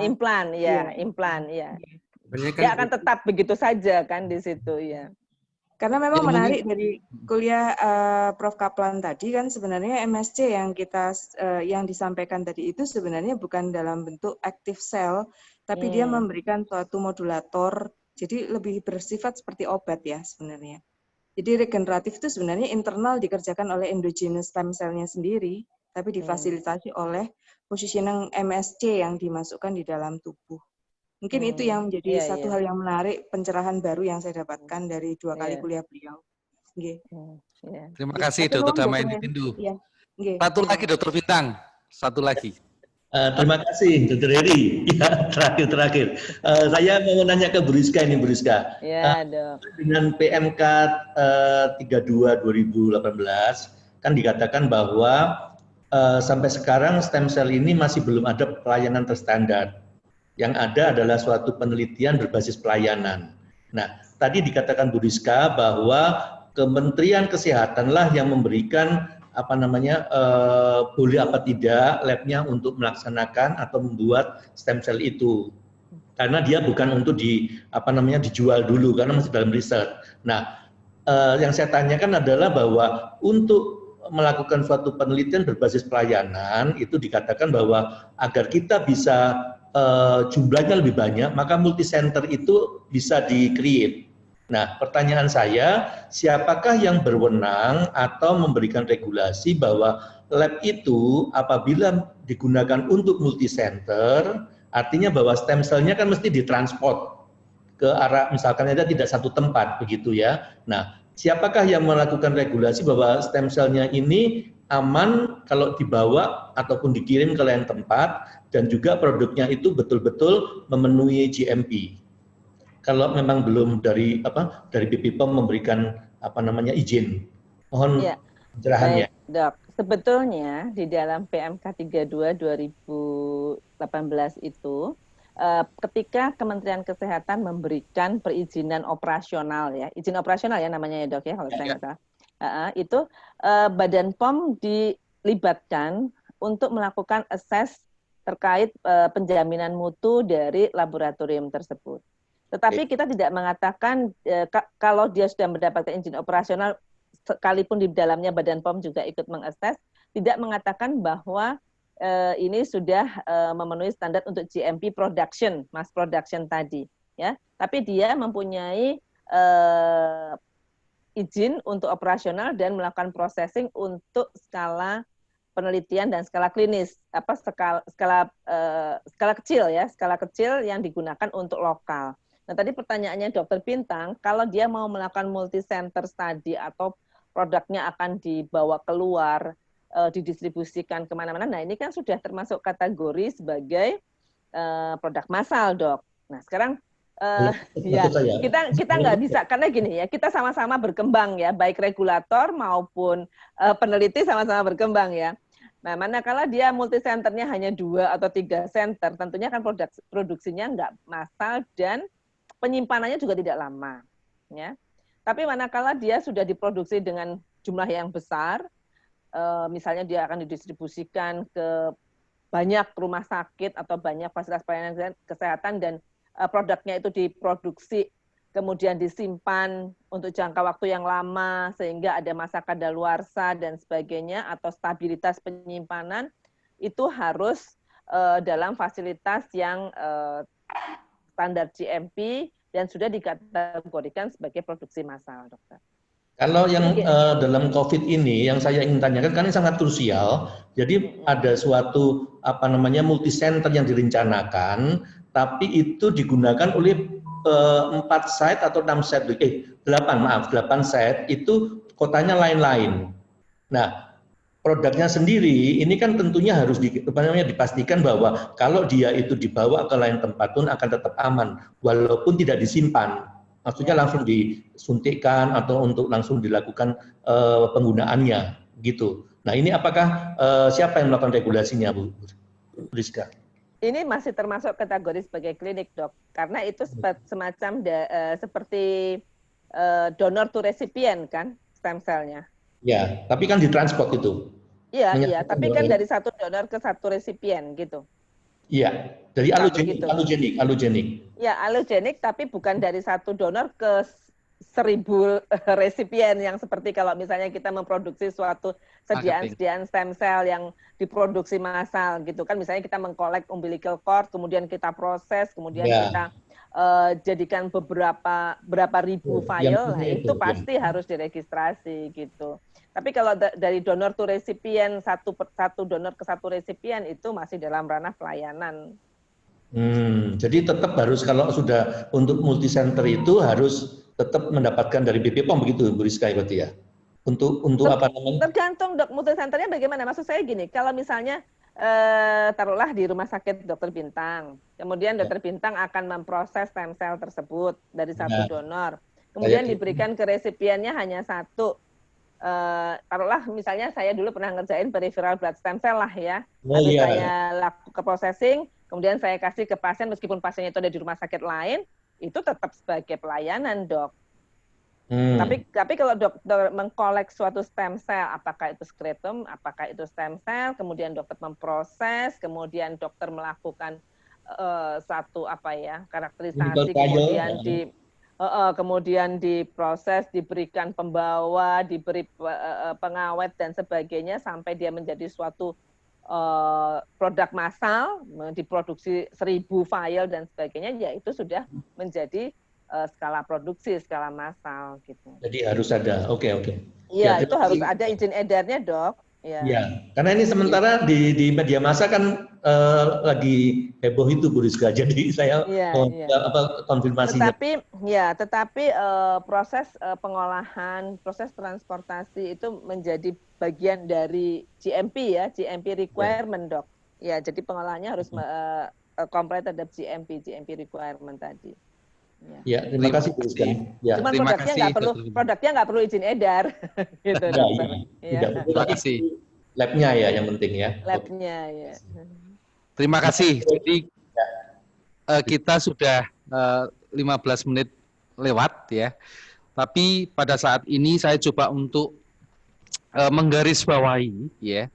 Jadi apa yang selama 3 seri ini kita mengenai mesenchymal stem cell from bench to bedside, kita sudah mendengar bagaimana awal dengan COVID sudah dijelaskan tadi. Kemudian kita juga barusan mendengar bagaimana mesenchymal stem cell atau sekarang sudah berubah nama medicinal signaling cell itu eksistensinya apa? Ternyata itu adalah pericyte. Dari pericyte dia tidak berasal dari stroma, dia tidak berdiferensiasi menjadi mesenchymal tissue, ya. Dia membuat semacam drug pada sisi injury. Sehingga kalau kita lihat apa yang disampaikan Prof. Kaplan, ada 4 role utama MSC, yaitu immunomodulatory, kemudian trophic, imunokomponen, dan antimikrobial, apakah bakteri atau virus. Dan kita juga melihat bahwa secara efikasi sudah cukup banyak diteliti, ya. Bahkan ada sampai yang fase 3 pada LBP, pada pain pun juga, pada June MSC pun juga, ya. Nah, sehingga pada saat risetnya sudah cukup jauh, kita juga bisa melihat, kita juga mendengar apa yang sudah disampaikan Dr. Fair, bagaimana perjalanan dari bone bank, tissue bank, sampai cell and tissue bank. Ya, jadi memang ini perjalanan yang cukup panjang, dan akhirnya kita bisa tahu bagaimana kalau produk itu di marketing, maka memang kita harus paham mengenai regulasi. Tadi ada satu hal, apakah kalau allogenik itu masih research, itu fasilitanya GMP, kalau tadi kita lihat apa yang dipresentasikan Bu Rizka. Tetapi apabila sudah marketing, maka itu perlu authorization marketing dari BPOM. Ya, ya. Iya, Dok. Jadi saya bersyukur kita bisa menghadirkan banyak pembicara, ya, dengan banyak research dan juga regulasi, karena memang kita lihat di sini selama ini kita melihat stem cell itu sepertinya kok dijual bebas. Nah, ini peran dari pengawasan tentunya Bu Rizka. Iya, betul sekali dokter. Pengawas. Banyak yang mengklaim stem cell padahal bukan stem cell gitu ya. Nah, itulah kita perlunya belajar apa itu medicinal signaling cell, apa itu tissue engineering, apa itu regenerative medicine, dan pada saat itu sudah sampai clinical trial, bahkan sudah sampai menjadi produk, kita juga perlu tahu bagaimana regulasinya. Nah, semoga 3 seri webinar ini bisa memberikan suatu pencerahan bagi kita semua, sehingga kita melakukan pelayanan tentunya tetap di dalam regulasi yang benar. Sehingga kita harapkan yang nomor 1 adalah bagaimana kita bisa memberikan suatu pelayanan yang terbaik kepada pasien. Kami sangat mengucapkan terima kasih dan waktu kami kembalikan kepada host, Dr. Molly, terima kasih. Terima kasih Dr. Heri Suroto yang telah memandu kita semua berdiskusi. Juga thank you for Mr. Kaplan already left, Dr. Ferdiansa, Prof. Aziz, Professor Aziz, thank you very much. You still listening to us the discussion. Also dan juga Ibu Rizka yang memandu kita untuk diskusi tentang aturan FDA di Indonesia. Terima kasih semua dalam diskusi ini, juga para panelis yang telah membantu kami dalam memadukan masalah aturan dan kenyataan di lapangan, dan terima kasih semua untuk partisipan pada webinar kali ini. Terima kasih semua. Selamat malam, kita tutup meeting ini. Wassalamualaikum warahmatullahi wabarakatuh. Waalaikumsalam warahmatullahi wabarakatuh.